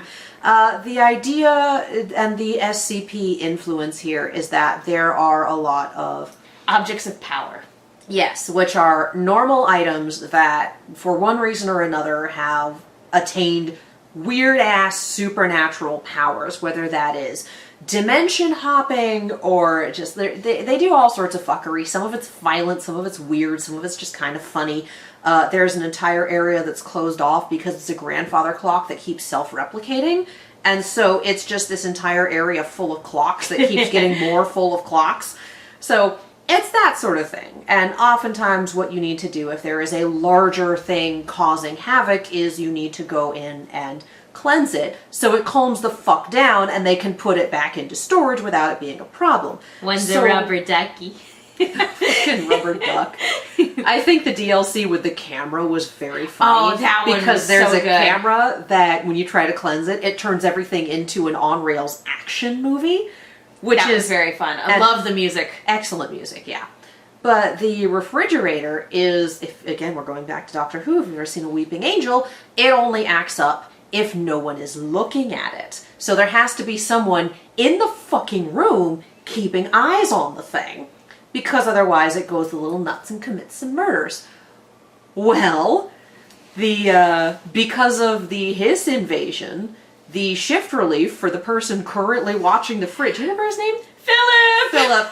The shift relief for Philip, the poor bastard who has to stare at this fridge all the time so it doesn't commit murder, didn't come. So by the time you show up, he's like, please help me. Please find someone. Oh my god, I can't do this anymore. And you can't help him right away because you're in the middle of a story-related mission. Shit. But when you're able to come back to him... you are in the middle of unlocking the door when you hear him start screaming. Jesse, you something's happening! Get inside, and there's blood spatters, and no Philip. So no matter how long it takes you to get to this fridge, you will always be just a few seconds too late to save Philip. And one, it's fucking heartbreaking because this poor man. And two, if you fail the boss fight with the fridge, you have to come back and do the whole thing again. So we listened to Philip die about a dozen times. Yeah. Because when you go into the room and you open up the fridge to try to cleanse it, something's inside of it. It's the former. This giant tick-like looking entity that has like a singular spotlight for an eye and giant legs. And, like, literally Jesse's reaction to it was my reaction to it. What the fuck is that thing? So, yeah, it transports you, presumably, into the inside of this refrigerator where this entity is being kept. And you fight the former. You end up fighting the former at, like, 2 or 3 times. I don't remember. Times, yeah. I don't remember how many. And then it really comes into play in one of the DLC. During the Foundation DLC, yes. Where you find out the former... presumably was a member of the board, you know, who controls the FBC. Mm-hmm. So, and a good portion of that DLC is kind of the former helping you out, much to the antagonization of the board. It's the board going, we gave you this one, you have to pick. We have 2 powers for you. You gotta pick one. And you do, but you can only get so far with it. And then you run into the former, and the former's like, you want that other power? I got that other power for you. Here you go. And the board's going, do not talk to him. He's dangerous. He's the former for a reason. And the former's like, but I'm helping you out. Don't think about Philip. I'm your friend. We're buds. I'm your friend. We're buds. And now. so the board essentially going, actually, fuck you. We are going to help you. Fuck that guy. Fine. Fine. It's fine. So we're fine. So the office politics are not only in between the humans working at this place, because there's petty office politic bullshit, and then there's high-level office politic bullshit. And oh boy, that's the whole Lake House DLC, and it's fucked. And then there's also office politics bullshit between the supernatural entities of the board and the former, which is like, this is not a good thing to get caught between. We're still dealing with the hiss. Yeah. So it's a problem. It's a very entertaining problem when you're sitting here doing this. It's kind of, this might be a weird comparison, but seeing the essentially the interpersonal sort of inner workings of these interdimensional unknowable beings, you know, essentially mirroring the office politics of like it reminds me a lot of A Midsummer's Night's Dream, where you have the relationship drama between a handful of people, and then you have the fucking Fae, who are, you know, who you do not mess with. Yeah, they are, you know, being higher beings, you know, allegedly. You would think that the petty squabbles of mortals would in no way, shape, or form be anything close to resembling the problems that these otherworldly beings tend to have. The marital issues of Titania. Incorrect. They have just as many little petty spats that regular people do. So the thing is, they reach down into human circles and go dance puppets dance. Yes, absolutely. But it is so funny to I absolutely love whenever human essentially fallibility gets applied to like non-human entities in fiction.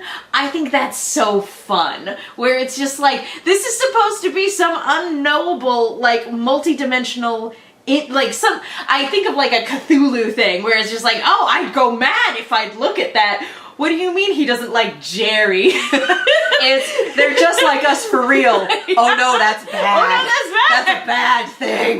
Like, oh. The board is like, we're not talking to him right now. The board's like, don't talk to him. And the former is like, hey Mac, you want to buy a sundial? So, Control is a hell of a game, friends. Oh, it's so fun. It's a very, very good time. I kind of want to talk about Mr. Door. Yes. About this we barely touched on Mr. nightmare entity who is unknowable. And the actor's British. And so the fact that he talks and sings in a frankly perfect American accent, like, that's not easy to do. Well, and also he has does great Rod Serling-esque delivery. Oh my god. He has this fantastic natural charisma. Like, the actor has that riz. And it comes through in the character as well. He plays it so well when he's, you know, pretending to be this talk show host in the dark place and just kind of talking with Alan. And Alan's like, really, like, what the fuck is happening? Also very much like that trope of like, you know, supernatural being who's just like, I'm going to be a TV host now. Oh, like, yeah. Or like, I'm going to be that type of personality. Yeah. I love that trope. Where he's just having a good time, vibing, and then every time Alan's like, no, seriously, what's happening? He's like, we're talking about your new book, or hey, we have Alex Casey here, and we're talking about those movie adaptations. Like, he's this big, jovial talk show host personality, the one who triggers Alan Wake the musical, which is Herald of Darkness. And then you get to a chapter called Masks Off, and Alan rolls into the studio again, and it's dark, and it's just Mr. Door. And him basically going, look, I've been trying to help you with your bullshit. We've been having a good time. I've indulged your ego long enough, I think. Yeah. You have involved someone that I care about in all of this. And that is not acceptable. So, masks off. We're getting this done. And the heavy implication, and by heavy implication they say literally everything except for this sentence, is that Mr. Door is Saga's father. We get it in this is not a metaphor, of Old Gods of Asgard songs. Anger's Remorse. Which is a banger. Oh, they're all bangers. All bangers, no skips. Yeah, because we get a lot more from the Old Gods of Asgard, who are characters in this. Thor and Odin! Who are characters in this, evidently they're Saga's grandparents.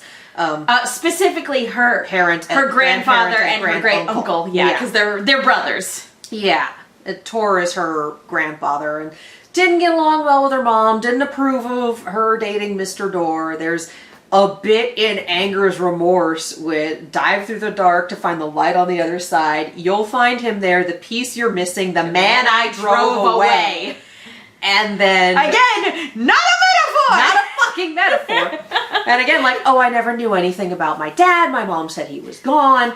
And then this whole... I mean, technically speaking, Saga didn't even know that these guys were related to her, and it's kind of up in the air about whether or not they were, or if that is a manifestation of Alan rewriting the story. Because Alan rewriting the story had Saga, oh, you've always lived up here. Oh, you've always been a resident here. And then your daughter drowned, and it ruined your marriage, and you left. So the thing she's trying to fix is, fuck you, my daughter's alive in Virginia with my husband. And there are intervals in the story where she's trying to call her daughter, trying to call her husband. Daughter stops answering, and then at one point her husband's like, we haven't talked in forever, I'm not dealing with this anymore. Like, the story... Stop calling me. The story has affected them. And she's like, no, we have to fix this. My daughter is not dead. Like... basically grabbing Alan by the lapels and going, you! So then Mr. Door leaning in and going, hey, I just noticed that you dragged my daughter into this, sir. Well, and we never really fully get an explanation for what Mr. Door is. Like, he's obviously some sort of supernatural entity or a person with powers. He is an extra-dimensional something or other. He gets a mention in Control when you can talk to Dylan at one point in time, and he says a lot of kind of weird, cryptic things, and one of the things he says is there is a man who can, like, walk through many doors, and he's referring specifically to Mr. Door in Alan Wake 2 several years before the game came out!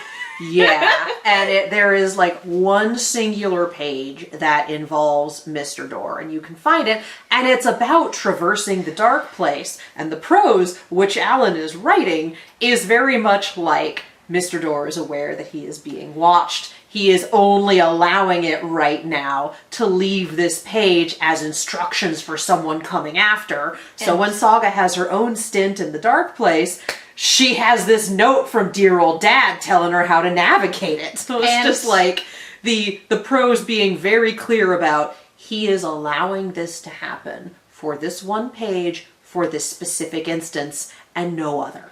And the other thing is that there's one other page, but it doesn't mention Mr. Door specifically by name, but it talks about the Old Gods of Asgard essentially doing battle with this one entity and basically, just sending him away as a result of that. And Mr. Door is the reason why Odin only has one eye. Yeah. As a result of that little family skirmish. And also, Thor and Odin had their own run-in with the thing in the lake. Like, they know about the dark place, they know what it is and what it tries to do. They had their own run-in way back when, and they won. They didn't leave Cauldron Lake, except for when Barry convinced them to go on a comeback tour, which is fucking hilarious in and of itself. And poor Barry, that man.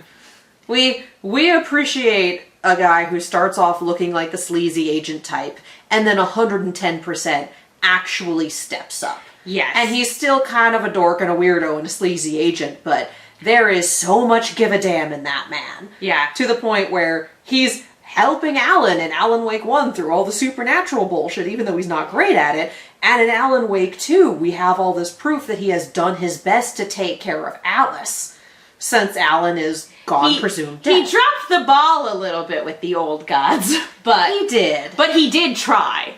And also, wearing Christmas lights is a brilliant way to keep yourself safe the darkness, Taken and the Dark Presence. That is a really smart thing to do. Because he played, Barry. He rolls up wearing a string of Christmas lights all over his chest, and on the one hand, it's like that's hysterical and looks so goofy, and on the other hand, it's like, no, he's onto something. Yeah, he no, the fuck is onto this is a legitimately good idea given the circumstances. I went to a picnic on the solstice actually, and the whole point was that we danced the sun down, and then everyone put like.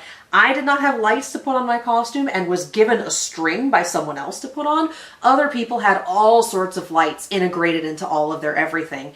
And being in a dark outdoor park with no external lighting until you walked for 10-15 minutes to get to the parking lot, putting light on yourself is absolutely the way to go. Like, that's really fucking smart. So, God bless Barry. We stan a king. He's kind of a fucking problem sometimes, but he stepped up where it was needed. And a lot of people and a lot of characters, especially sleazy agent characters, aren't capable of doing that. Talking about characters stepping up quite a bit, basically every returning character from Alan Wake 1, I don't want to derail you too much because I know you not every returning character, fucking Cynthia. No, but like Rose.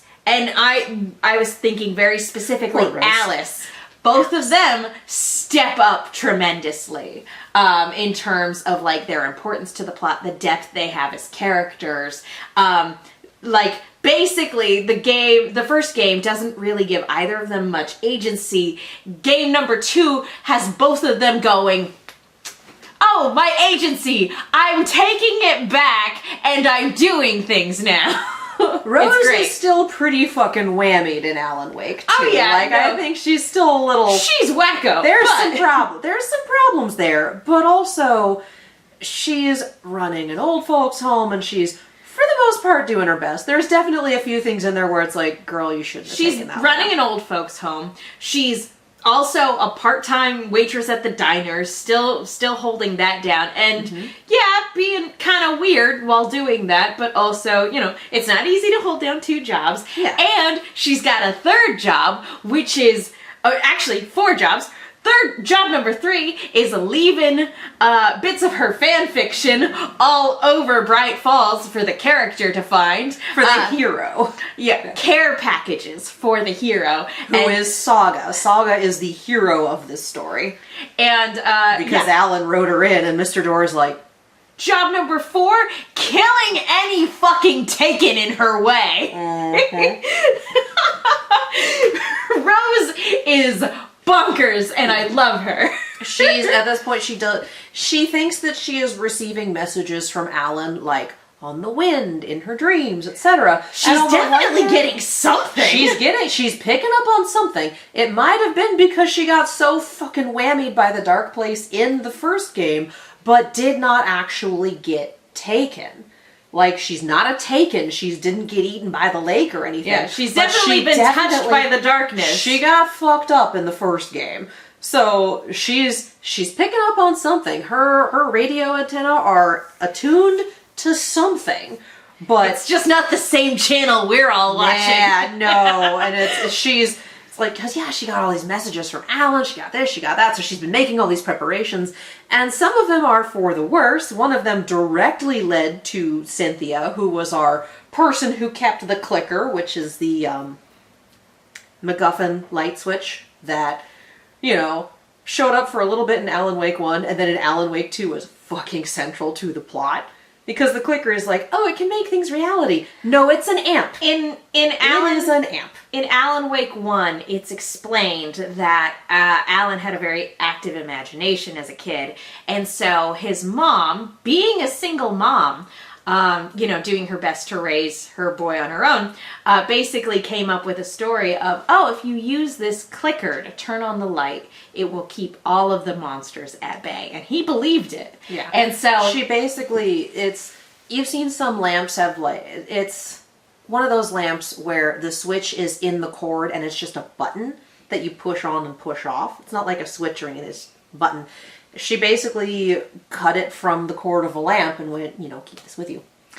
And Clap off those nightmares. So, you know, part of the way you manipulate reality is you have to do things that, like, don't necessarily work in real life, but within the context of a fiction, you can make them make sense. And that is something that Alan uses essentially to defeat Barbara Yaga at the end of the first game. Was, this is a thing I believed in. Like, I can harness, you know, essentially that for the sake of the story, I can make this work. It's like the belief gave it power, and then, oh boy, the belief gave it power.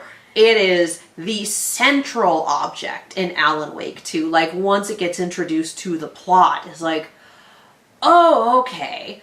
Because it does not get pulled into the lake. It's still above board.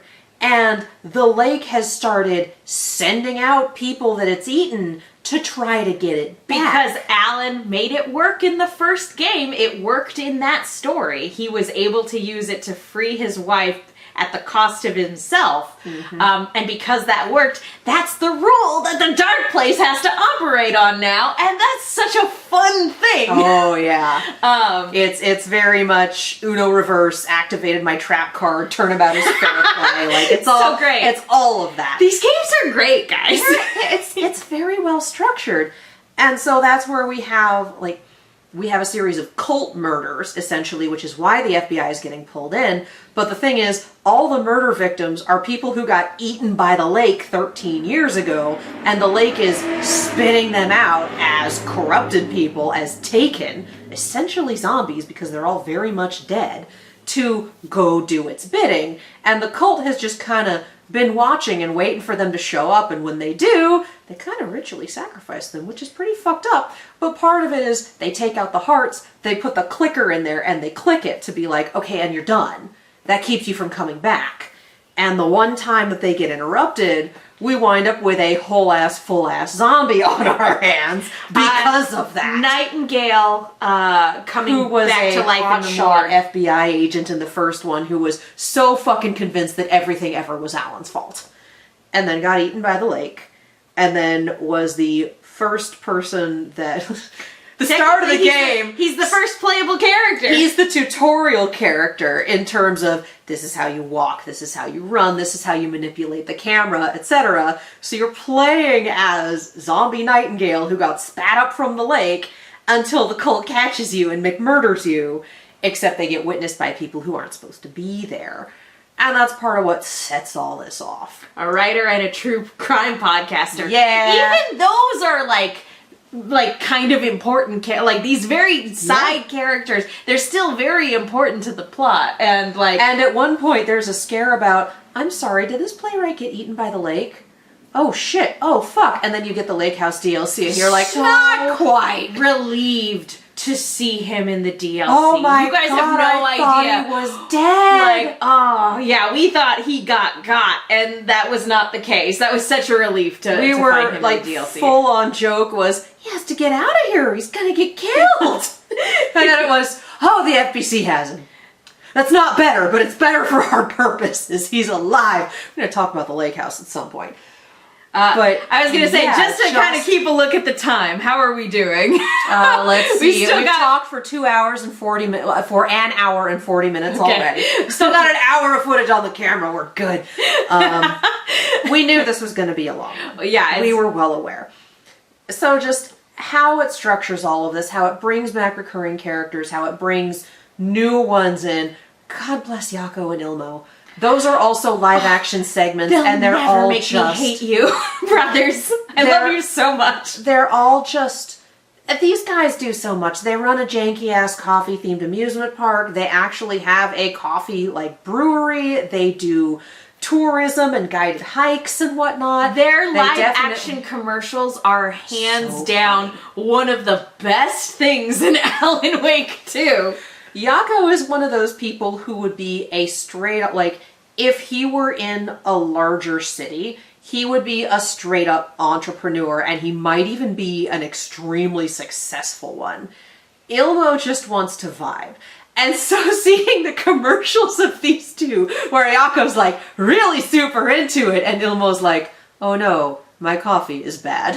It's just, they're a treat every goddamn time. They are so funny. That is something I really appreciate about Alan Wake too. In addition to like maintaining really good horror vibes and, you know, doing a lot to give all of its individual characters depth, it's really funny when it wants to be too. It is downright hilarious. There is absolutely some stuff in there that's like, oh, that's fucked up. Oh, that's turbo fucked. Oh my god. Oh my god. And there's some stuff in there that's just like, I'm gonna carry that with me forever. That was really fucking good. Yako and Ilmo being among them. So when Scratch kills Ilmo, it's a straight up tragedy. And it's so abrupt. And then it took me another hour's worth of gameplay to go, did Scratch steal Ilmo's jacket? Like, it's covered in blood, so it's kind of hard to tell. But I'm pretty sure Scratch murdered a man, took the jacket off his corpse, and then went gallivanting off to go find the clicker. Fuck that guy. He Truly. sucks so bad. Fuck that guy. And I do love that at the very beginning, they seed that the FBC has been here, knows about it, considers Cauldron Lake a long-term altered world event. Like, if you played Control, you got the Alan Wake DLC, you know they know, all that fun stuff. But the fact that at the beginning, when you're first starting to get towards the lake, there's a little thing set up by the Federal Bureau of Control, and it's basically, oh, it's monitoring. Oh, they're monitoring the lake for toxins or whatever. And then when shit really hits the fan and you go back to the lake, that alarm is going off consistently. It's like, oh, we are back in altered world event hell, except the oldest house is still on his lockdown and no one is coming to help. Yes. Because unfortunately, the people who are assigned and did get there got fucking shellacked. And it's just, the fact that if you've never played Control, you'll be a little confused, but you'll get the spirit by the end of it. And if you have played Control, you're sitting there going, Jesse, yeah, can you come help? No. I will what say, are we gonna do? Wandering through corridors owned by the FBC is much scarier when you don't have superpowers in your back pocket. So part of what happens is that the FBC had a station set up near Cauldron Lake called the Lake House, and the most recent Alan Wake 2 DLC is the Lake House DLC. Because the idea is we have an FBC group move in and essentially take over things, and then great googly moogly, it all goes to shit, because that's when we realize that, oh no, Scratch did get out. He's just riding in. Yeah, he got Bakura. He's basically the evil spirit vibing in the back of Alan's head, just waiting. For a good chunk of the franchise, the narrative wants you to think that Mr. Scratch is a duplicate of Alan Wake. Like, yes, a manifestation of his dark id or whatever, but basically the evil version of Alan Wake, like, as a double. Like, I think Thomas Zane even refers to him as Alan's double. Yeah. And, like, running around and doing all that stuff. That is not the case. Scratch is, in fact, the dark presence possessing Alan and heightening his worst attributes in the same way that he does with all of the Taken. And the fun part of the timey-wimey is towards the beginning, I want to say within the first like 3 hours of gameplay, yes, you do get Alan out of the lake. And that's when you start being able to go back and forth. But the thing is, because of fucking weird-ass timey-wimey, because again, I love the time loops, I love the way they play with time in this game, the thing that you do at the end of one of the last individual things you can do is Dark Ocean Summoning, which is another one of those set pieces. It's so good! The song that has been stuck, it's not my #1 played on Spotify, but boy has it been stuck in my head most often. Dark Ocean Summoning is a fucking banger. It's currently the #1 on my on repeat playlist. Yes, Dark Ocean Summoning is a fucking banger. But we haven't even talked about the chapter songs. All of the chapter songs are also really incredible. Anyway, sorry. The idea is that, okay, we need to get Alan out, because he's like, oh, he's been taken, whatever, we need to get him out. And They do, using dark ocean summoning and the clicker and whatnot to amplify and pull him out of the lake. But the thing is, they do it at the end of, what's it been, like 2 days? Or something? 2 or 3 days. Along those lines, It's not been very long. But the thing is, we pulled him out of the lake, but he came out of the lake 3 days ago. So, like, yeah, he's been out, and the Dark Place hitched a ride, so now he's Scratch. It's like, oh shit, it was essentially biding its time until it could get its hands on the clicker, which is very, very fun. Again, if you've gone through the game and then you're playing through it again for Final Draft, it is very, very fun to know that and then see, like, just being like, oh, it's just sitting there waiting. It's like in the room waiting for a chance to, like, for him to get close with the clicker. And like, it's like watching a Scream movie for the second time. It makes the bit where the cult attacks, where Alex Casey and Alan are sitting in an attempt, because they recognize that no, that is in fact Mr. Scratch. Yeah. It's like, no, this is the problem here. Which, you know, poor Alan. Because Alan doesn't fucking know. But yeah, Alan he has no idea. Alan is having the worst 13 years of his life right now.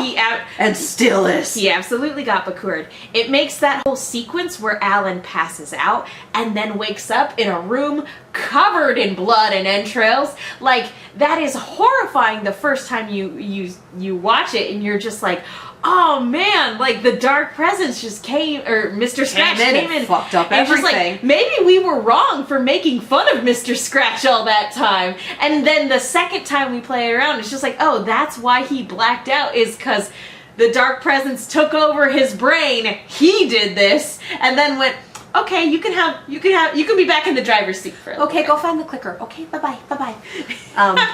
So yeah, it's, again, just the way this is set up, the timey-wimey, the reveals, it's absolutely beautiful. Boy, I was going somewhere with this, and I legitimately do not remember where. God damn, what fucking year is it? 2025 now. Dark Ocean Summoning on repeat on Spotify. Before that. Sakura. Just the whole thing and the way they play with time is so fun and so interesting. And just, I think we were talking about the lake house before we got to that. When everything goes to shit, essentially, right after this bit where we're talking about, and the Federal Bureau of Control is like, hey, we're having an altered world event. The clicker is an object of power, and we need to shut this shit down. Goodbye, FBI, you're no longer needed. She's definitely still needed, because once again, the place where the FBC has set up office gets overtaken by Taken, and the only one left is our agent spearheading this, Agent Estevez, who... She's also really fun to play as. Oh, she's wonderful. She's also having, like, the worst day of her life. Yeah, she's going through, she's, like, going through a divorce or something, or, like, just like divorced. Just like Alex Casey, like, they're both commiserating about their exes. Yeah, they're commiserating over their ex, and just the bit where, like, Kieran Estevez, where she's like, yeah, my ex always hated the dangerous assignments, and Alex was like, my ex loved them, she didn't want me to come back from them. I was like, whoa, two very different sides of the same coin. Hysterical. Yeah, watching them bond is very, very funny. When she's got a fucking spike in her leg, and he's been fucked up by the dark place. I'm like, cool, no one's doing well right now, but we're having a great time. But yeah, the Lake House DLC was essentially, she got there with her squad and went, we should grab whoever's available at the Lake House, because the oldest house, the main office for the FBC, is under lockdown. But there's people out here. We should get what we get. Like, there's shit going down. We should get all the backup we can. We're short-handed. We should work with what we've got. Yeah. So absolutely. She takes part. It can't have been all of her team, because half of them got fucking slaughtered by Mr. Scratch. So she takes some of her team into the lake house. The lake house has gone dark. Her team gets fucking slaughtered. And it turns out the lake house was being run by this married pair of doctors whose marriage was falling apart. And they made it everyone else's problem. Everyone's problem. It was whose side are you on, which project are you working on, who gets the funding, who gets what scientists, who gets whatever. It was a messy custody battle. They still had some resources from headquarters, but as far as actual oversight, it did not exist. Negligible. No oversight from the oldest house whatsoever. So these guys were essentially able to just, was Dr. Marmont and abuse Dr. Marmont. abuse their power. Yeah, Sir and Miss. So, Sir, Dr. Marmont, was really leaning into the idea of art while at this lake, being able to alter reality. Found a painter that was able to do that, and essentially forced him to paint, drugged him, drove him mad, and kind of turned him into a paint creature, which then turned homicidal and was just fucking everything and up. it's super scary. And it's really messy. Because you cannot, the paint creatures that come after you, up until a certain point, up until you unlock a certain extremely limited ammo, needs to be charged gun, you can't fight them. You have to run. And they make these awful shrieking noises that are just...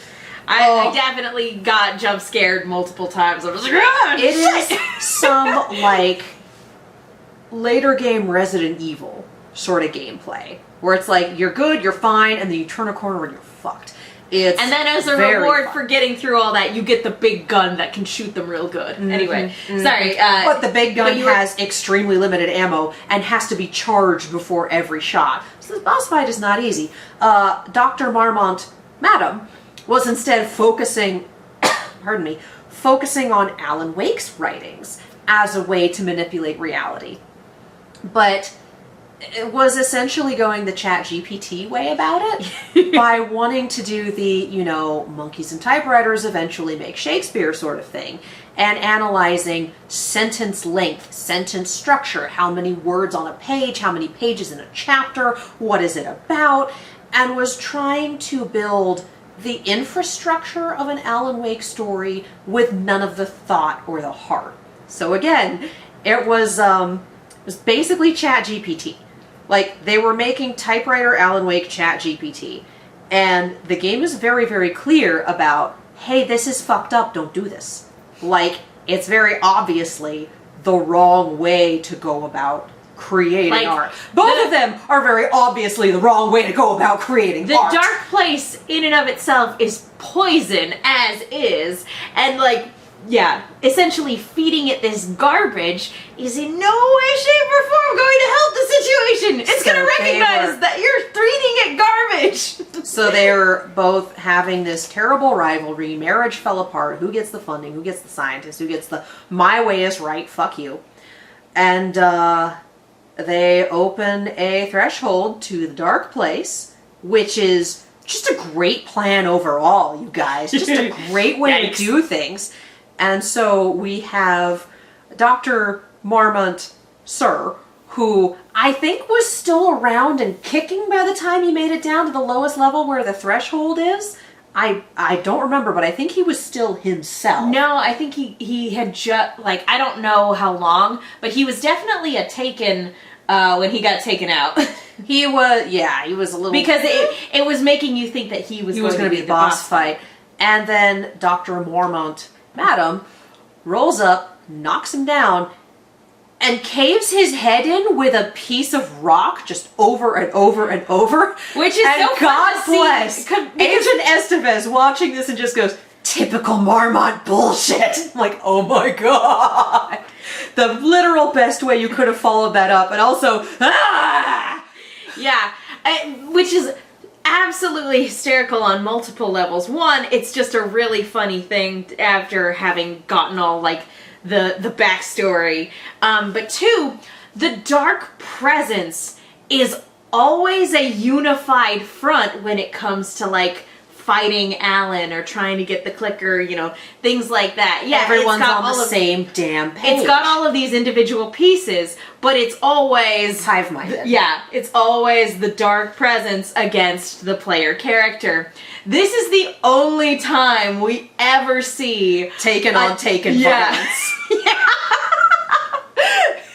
And again, the fact that she sees this and the first response to this awful violent thing is typical Marmont bullshit. It's like, again, I love the writing of these games. It's so good. It is deep, and it hits the nail on the head with the tropes that it's trying to play into, and it's funny as hell when it wants to be. It's very, very fun. And the other thing I really liked about this DLC is when dealing with the paint entity, like there's some spatial bullshit, you get out of the elevator, it's not the floor you were trying to be on, everything's all messed up, whatever. She keeps running into essentially what is a painting with a vortex in the middle of it.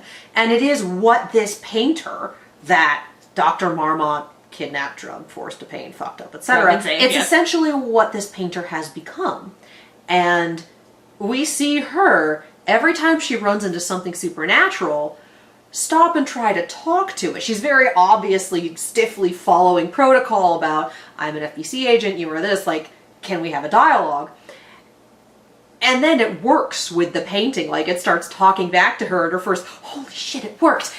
But every time she tries to talk to it, it gets mad and gets violent, because can you really blame it at this point? It's quite literally seeing a professional try to de-escalate a situation. Oh yeah, and she is doing her best, and it is wild, one, to see her consistently try to do this, because it's not something you expect from a game where the mechanics are shooty shooty bang bang, and also put things on wall and see what sticks.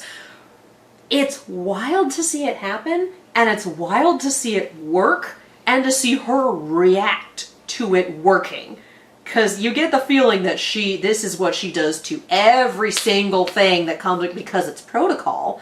And the fact that it actually works for once is, whoa! Well, and also it's fun to see it as a contrast to Jessie. Because Jessie, when dealing with a lot of these things, just like rolls up and is like, all right, I'm going to cleanse it now. And uses her powers to essentially neutralize the threat. And obviously Estevez does not have superpowers. So seeing her just like roll up and like talk to it fearlessly as well. Like in the same way that Jessie would fearlessly go up to one of these things and neutralize it. Like to see Estevez walk up with that same level of like matter-of-factness and everything like that, even though she doesn't have any powers to speak of. Like, it's a very, very cool, very, very cool way to illustrate the type of person that she is. Again, I really like these stories and these characters. Yeah, no, she's great. She's one where the way that this ends, first of all, you kind of have the non-ending the first playthrough, where it's like, okay, we did it. Did it work? And Saga tries to call her kid, and then the game stops. And then you have to go play it again, because you have to play final draft to get the final ending. All these squares make a circle. Because partway through the credits sequence, we have a monologue from Alice, who, in the dark place, we've been seeing her art, we've been seeing her sit down, and God bless the woman who plays her. Like, the live-action player for Alice is unbelievably good. The story that we've been getting for what Alice has been going through in the intervening 13 years is not only did she have to deal with the social, financial, etc., fallout of her husband dying, essentially, or disappearing. Disappeared, presumed dead. But he's pretty much been reported as drowned in the lake. She's also been haunted, essentially, by what we initially think of as the dark Mr. presence. Scratch. Mr. Scratch. But what turned out to be Alan. Unknowingly playing into the dark places, trap for him.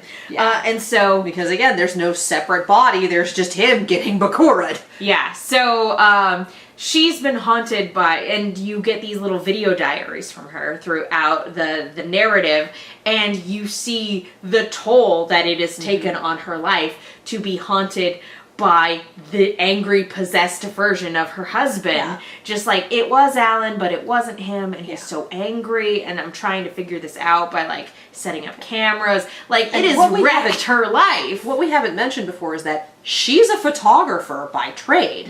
Like, she pivoted her career when Alan's took off to do, like, the cover art and whatnot for his books, so her career is dependent on him, but she is an artist in her own right. She's a photographer, which means she also has the power to fuck with the dark place in as much as it fucks with her.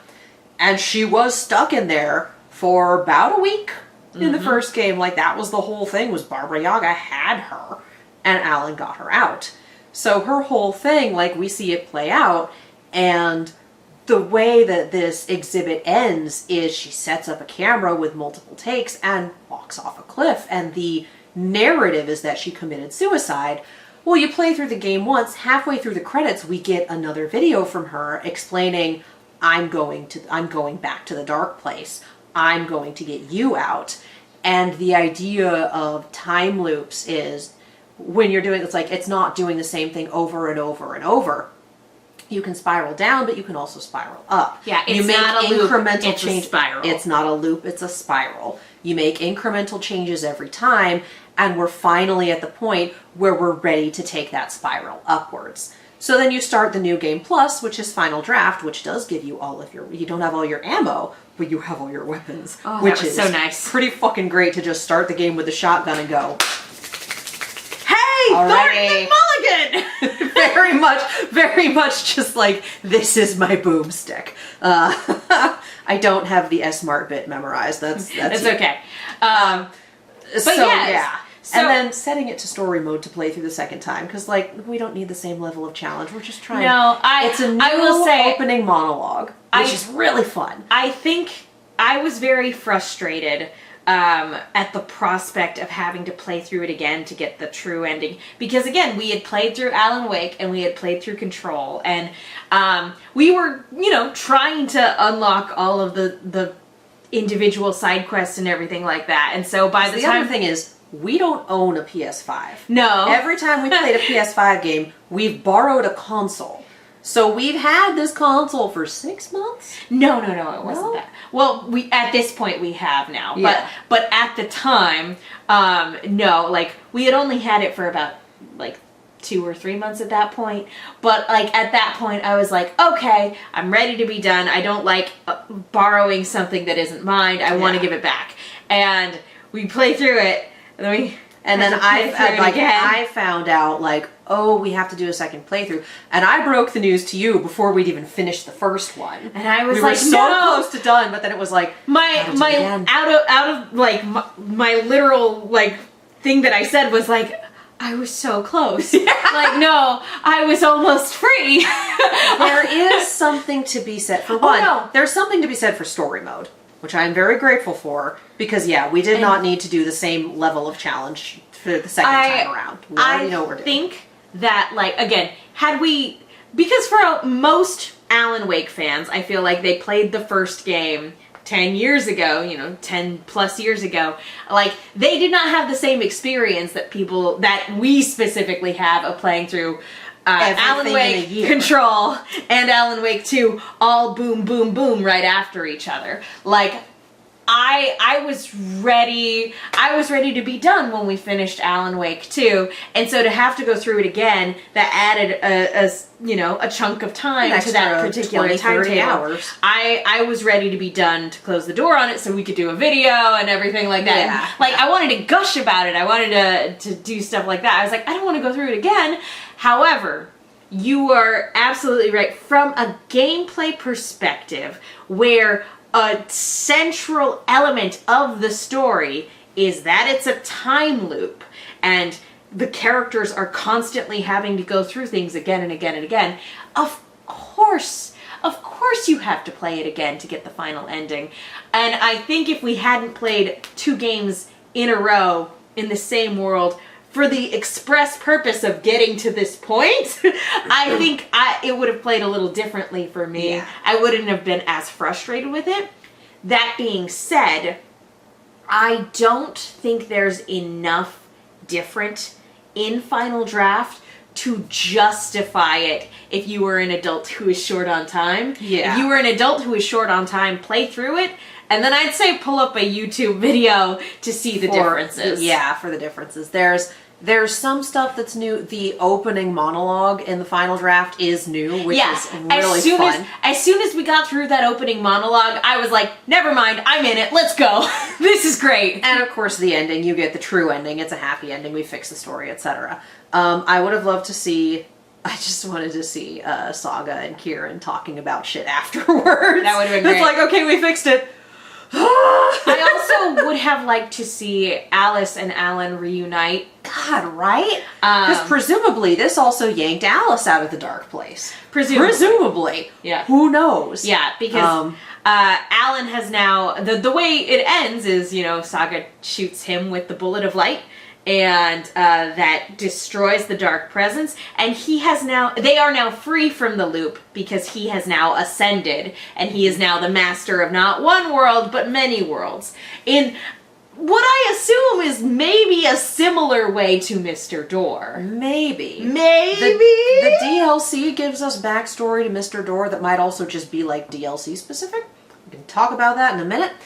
But yeah, I would have really liked to have seen those two crazy kids get back together because I will say fucking long, I swear to God. That the ending, that happy ending fucking feels earned. Because that's one of the constraints when both Saga and Alan are in the dark place towards the end of like, we can fix this, but there's gonna be a price. By the time you finally get to that happy ending, it 100% feels earned. Yeah. And I will say, again, this is more of a personal experience with gameplay. Playing through it the second time. Saga in the dark place, being stuck in her mind place, and everything being so negative about, like, you're a terrible mom, you're a terrible partner, you don't know what you're doing, and her having to essentially work through all of that, put together all of this bullshit on her board, and then have to go, no, this isn't it. Like, our second playthrough, we wound up doing, I think we did Lake House on like Halloween, which was fun. But by the time we wound up doing Dark Ocean Summoning and whatnot, it was election night 2024. And by this the was time... second playthrough, yeah. Yeah, second playthrough. And so by the time we were dealing with Saga stuff in the dark place, it was the day after election night 2024, which, you know, not the best news. Not great. So at least for me, sitting down and playing through that again, and Saga hitting essentially the lowest of the lows, fighting through it and coming to the conclusion that, yes, it's going to be scary. Yes, it's going to hurt. I don't always know what I'm doing, but that's not going to stop me. I will face that fear. I will keep going. I am not giving up. And that's kind of what I needed to hear. Yeah. Like, talk about the power of stories, you All know? three of these games do a really good... Well, two of them it makes sense because it's dealing with the same entity, the Dark Place. But Alan Wake 1's DLC and Alan Wake 2's climax with Saga in the Dark Place, and even Control when the hiss essentially possesses Jesse for a short time. Shitty time loop office worker right after the scary fate credit scene. Yep. These games, Remedy games, are very, very good at, here we are putting this character, you know, they are displaced outside of reality, essentially. They're in an extra-dimensional space where all of their own insecurities and negativity, we're essentially just hooking up an amplifier to that little voice inside of them that says, hey, you're no good, or hey, I don't like this about myself, or hey, you're kind of arrogant, or hey, yeah, you're never going to amount to anything, you're a failure. And it just amplifies that to be your entire surroundings. These games are really, really good at playing into that particular trope, and every single time it is very, very moving to see the characters work through that. In Alan Wake's DLC, he has to accept that, like, oh, this is a part of myself that, like, the part of me that's, like, curled up on the floor, you know, my own self-loathing, essentially. I need to accept that as a part of myself before I can write the story that will get me out of here. The first step to fixing the problem is acknowledging that there is indeed a problem. And because if you're like, there's no problem, obviously you're not going to take steps to fix it. But Jesse and Saga, they kind of do the opposite. They're like, wait a minute, hold on. This is not who I am. Yeah. I am more than my insecurities. And they're able to power through. For Alan, it's, yeah, that's the self-loathing talking, and I guess I really need to deal with that. And for both Jesse and Saga, it's, that's the depression talking. Where the fuck did the depression come from? Hang on, who are you? Like, wait a minute. But just the acknowledgement that, like, yeah, it's fucking scary and I don't always know what I'm doing, but I can't let that stop me. Because if I stop, there's no getting out of this. So we keep going. Just like, again, the power of stories. I really appreciate horror stories too. And granted, sometimes it's fun to have a downer ending too, depending on... For you. Depending on the type of story that fair. you're engaging with. Sometimes, like, ooh, the spooky monster wins. Like, that can be very fun. However, You really like your Hatchetfields. yeah. I mean, again, those are horror comedies, and, again, I think those endings fit what those stories are trying to accomplish. Yes. However, I also have a very, very deep place in my heart that I have a huge appreciation for horror stories where the protagonists don't give up no matter what. I'm currently listening to a podcast right now called Malevolent, where the creator refers to it as hopeful horror. And I really like that being applied to the Alan Wake franchise too. It's just like, yeah, I would 100% consider this hopeful horror. 100%. Where it's just like, yeah, things are dark and scary, and sometimes sometimes you get a game over screen. It's like, sometimes shit sucks, but if you stop, shit will continue to suck. Mm-hmm. You don't always have to fix fucking everything. Like, your job is not to get rid of the dark place. Your job is to get through this and get the people out that you can. Mm-hmm. Yeah. So yeah, that, again, personal experience of the story, personal experience with gameplay. Sometimes you get the right thing at the right time, and that is true for all stories and all mediums. Yeah. Sometimes you get the thing you need when you need it. Exactly. And I love when that happens in our personal lives, where it's just like, oh yeah, this is exactly what I needed to hear right now. And talking about kind of like, going back to what I was saying with my expectations with Alan Wake 1, I initially had very, very low expectations for that first game, to the point where I'm like laughing at the stuff that Alan wrote, because I was fully expecting, based on the way my coworker had described it, like I was expecting full on garbage the entire game, that like the writing was going to be bad and everything like that, and that it wasn't going to be scary, and that Alan as a character was garbage man. I was fully expecting that to be the case, and then I keep playing the game, and I slowly realize that no, that's not the case. I'm not liking this ironically, I'm liking this legitimately, because it's legitimately good. The switch really flips when you get to Children of the Elder God, and you're like, did we just fight off a bunch of darkness creatures with stage pyrotechnics? Holy shit. Yeah, talking about like earning that particular payoff. Oh, yeah. Like, that was a beautiful moment of catharsis. And again, that's the moment where I went from having a good time to having a great time, and where I finally realized what the game was doing. Yeah. And, to like go into something expecting to like enjoy it ironically, and then to walk away from this franchise going like, I think that this has changed my brain chemistry and the way I think about stories. I'm like, no, this has had a legitimate impact on my life. Yeah. I kind of want to, we're starting to run out of time on the camera. Yeah. I wanted to touch on the Night Springs DLCs, because speaking of metatextual fuckery, I can't remember what they're all called. There's 1, 2, and 3. There's the fangirl, there's Number one fan. I don't remember what the second episode is called, something, but episodes 1, 2, and 3, yeah. And then the 3 is like the actor or the something. Number one fan is from Rose's point of view. It's absolutely fucking hysterical. Anyone who has ever written or read any fan fiction, this is for you, and it is a straight up love letter. It is. We still quote it. It's such a I'm also a werewolf. Like, I think just in terms of straight up enjoyability, I think that's the most fun of the 3 Night Springs episodes of DLC. And hands down my favorite. Night Springs basically being like Twilight Zone episodes written by Alan Wake and hosted by Mr. Door. I would watch that show. Like, the second one is Jesse and Coffee World and just weird possession shit, and it's kind of the a punchline wet fart of an end. Yeah, the punchline, it's kind of funny, but it really, it feels very anticlimactic. I have seen some people describe some episodes of The Twilight Zone as, hey, wasn't that fucked up? Anyway, I'm Rod Serling, bye! And that's kind of what the second DLC is.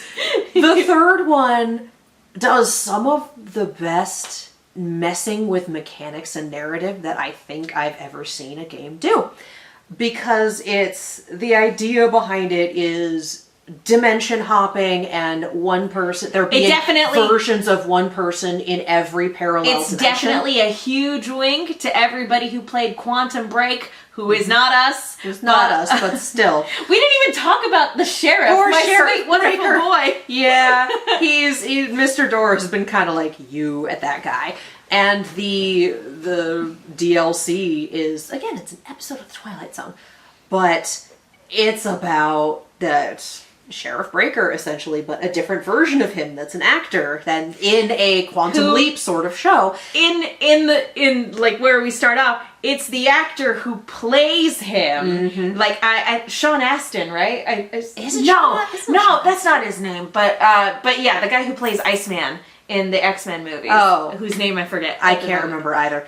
But yeah, and the story of this is that Mr. Door exists, that he found an alternate dimension that collapsed all other versions of him, and he became super fucking powerful, able to traverse dimensions, etc. Like, Gently's the one! And he just super fucking wants to murder every version of this guy. And so it's part escape, part fighting Mr. Door. Where it gets really crazy is that when they start hopping dimensions, it turns into fully different flavors of game. There's one point where it's just an animated comic. There's a point where it's a side scroller. There's a beat 'em up. I think my favorite is that at the end, when everything starts getting really wild, it's Zork. It's a text choose your own adventure story. It's straight up Zork. It's the white text on the black background, and then you have options. It was very cool. It was very cool. It gets really weird and esoteric, but it plays with the medium so well, and it's so fun. The question as to whether or not this is Mr. Door's actual backstory remains a question, but it's just so, again, it's so fun to watch it go down, to have the mechanics shift, to have the graphic shit. It's very hard to describe, but very fun to experience. And it does kind of end with, like, wasn't that fucked up? Anyway, I'm Mr. Door. But like, it's a much better structure and everything than the previous Coffee World episode was. It's a love letter to video games too, because it goes through different eras and mediums and everything. It's very, very cool. It's so good. Katie, for Christmas, gave me the novelization of the original Alan Wake, which I'm currently reading right now. And I was like, oh, I wonder if they'd ever do a novelization for Alan Wake 2. And then there was a part of me that was like, How cool would it be if they did a novelization for Alan Wake 2 that went full House of Leaves? Oh my god. That would be so dope. Oh my god. It'll never happen. I think but that would be so dope. At some parts you'd have to. And then also, again, it's hard to do, this is the medium shift in text. It's very, very hard to depict that. It's why House of Leaves will never get an audiobook, you know? Yeah. You know, there are some things where it's tied to the medium it exists in. It exists exactly in the medium it belongs to. It's like this is something that is adaptation resistant, if not adaptation proof, simply because it's not just about what it's saying, it's about how it's saying it and the medium itself. And there are some things where you just cannot rip it out of that without losing much of what makes it what it is. So I feel like we could do a full like TV series adaptation of Alan Wake 2. I think you'd lose it if it went to text. You can still fuck with medium shift in a TV adaptation. hard to do that with. As someone who's tried to play with that before, very hard to do. I am in very text. excited about the notion that they are currently developing Alan Wake and Control into television series. They would be very different because they should be very different. Oh, yeah. But I'm excited for both of them. I think that would be so fun. And there is a Control 2 in development, and there is also a multiplayer co-op Control spin-off, which should be interesting and which I'm sure we'll play together and I will fail massively at. So will I. Woohoo! I wasn't able to figure out how to upgrade gun. God, I hope it's local co-op and not online co-op because oh god, I've done online co-op. I'm hard stuck in bronze. We're not good at that. We don't want to drag the team down. We just want to be in our corner going, what happens next? Yeah, there's so much more we could talk about. We've never brought up Ati, the presumably time and dimension traveling janitor. How did we not bring up Ati? Work, Papa. Honestly, if you ask me who the more powerful entity is, Ati or Mr. Door, it'd be Ati. Ati, 100%. Because Mr. Door, you maybe kind of have some idea of his bullshit, and Ati is just an enigma. So, who shows up in the right places at the right times to give you something as innocuous as a Walkman or access to an office, and then fucks off to do his own thing technically, again. It's so wild. Technically, Jessie works for him because she was hired as the janitor's assistant. Mm-hmm. And here she is, the director of the bureau, and he's like, yes, all according to plan. My assistant. That's what I said. So yeah, we don't quite know what Ati is, but yeah, he is definitely some sort of extra-dimensional entity. And we love him. And we love him. He's great. Okay, we got 20 minutes left on the camera. All right, let's wrap And I think that has officially put us over the 2-hour mark on this video. Hi, guys. Anyway, we're having fun. Anyway, thumbs up for all 3 of these games. We love them. Again, yeah, I went into this with extremely low expectations, just going, I just want to hear some Poets of the Fall music and laugh at some bad writing. I was wrong, and I'm so happy I was wrong. This was a wonderful experience, and I'm so glad I got to play it with Katie. It was... You moved. Yes, I'm sorry. I'm so glad I got to play it with Katie. It was wonderful. And it is one of those things where, as much as I would have liked to have streamed it, I am very, very happy that this was a moment in our friendship that we got to share. We would still be playing through probably Control if we had tried to stream it. There's a lot that goes into the setup and mechanics and being on for the camera for that we're not streamers by career, so we don't do that. But yeah, I also had no expectations going in. It was, oh, Megan wants to play the thing, it's horror, and oh yeah, it's got the Poets of the Fall songs. Okay, and then, about halfway through Alan Wake 1, it was, oh, I'm so invested. Yeah. Ah, shit, here we go. We got super, super, super invested, and again, I'm very, very happy that we got to go through this experience. Thank you, Poets of the Fall, for being involved in these games, because I think it would have taken a lot longer for us to get involved with them had they not been a big part of it. Oh, so, yeah. And again, if you have never listened to Poets of the Fall, Locking Up the Sun is a very good way to start. That whole Carnival of Rust album is a very good way to start. If you're like, I just want to hear the Alan Wake songs. Yeah, Old Gods of Asgard Greatest Hits is the album. It's on Spotify. It's available to purchase where you purchase music. It's good shit. Again, 4 out of my top 5 on Spotify Wrapped, and the lowest ranking one on my top 100 was 37. So, like, yo.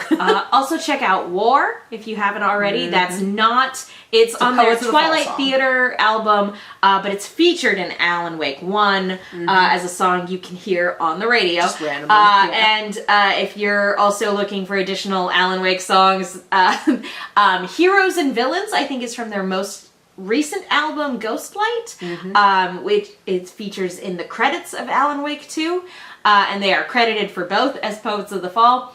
I also recommend listening to the Alexander sessions after you've listened to some of their stuff. It's like just a low-key acoustic series of sessions that they did at like like the Alexander Theater, I think.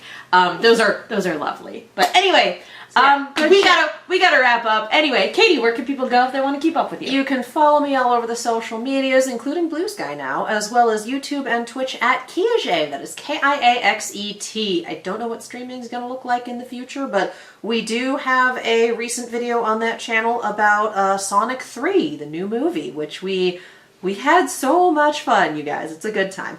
I am also streaming every Monday night on the Fanversation YouTube channel. The show is called Nighttime at the Nerd Bar, and my friend and co-host Carrie and I talk about all things nerdy that interest us. We are going to start covering Solo Leveling when it comes back tomorrow, January 4th.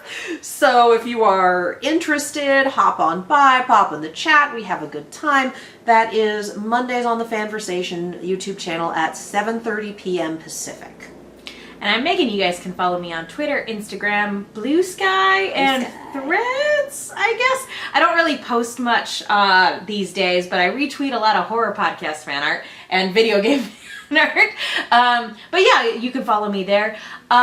Silver Screams is still on Twitter and Facebook, but I might make the move over to Blue Sky and Threads for those as well. I don't know. Social media is weird these days. It's very weird. I mean, everyone's all over the place. It's weird in general, but it's weirder now. Yeah, get off Twitter if you can. I understand not being able to leave because that's where all the fan artists are, but like that's also where a lot of the breaking news is. Blue Sky doesn't quite have that yet. Oh, but it's also hot garbage. But anyway, that's a discussion for a different day. Anyway, so yeah, let me know if you would prefer to see Silver Scream's social media on any particular platforms, and let us know what else you guys would like to hear us talk about in 2025. I was not planning on talking about this, until we were like knee deep in it, and we were like, "Oh, we got so much to say." Oh, I'm posting we have our whiteboard is covered in notes, and it's very obvious when I started making the notes. So I think I'm posting a picture of that because that's funny. But yes, let us know, and if you've gotten to play any entries of this trilogy, we want to hear your thoughts on it as well. So thank you guys again for sticking around for this entire video. Hey, we're having a good time. And thank you guys so much for watching. We will see you all next time. Bye-bye. All these squares make a circle. All these squares make a circle. Yeah, that's the best way to describe a time loop. Absolutely.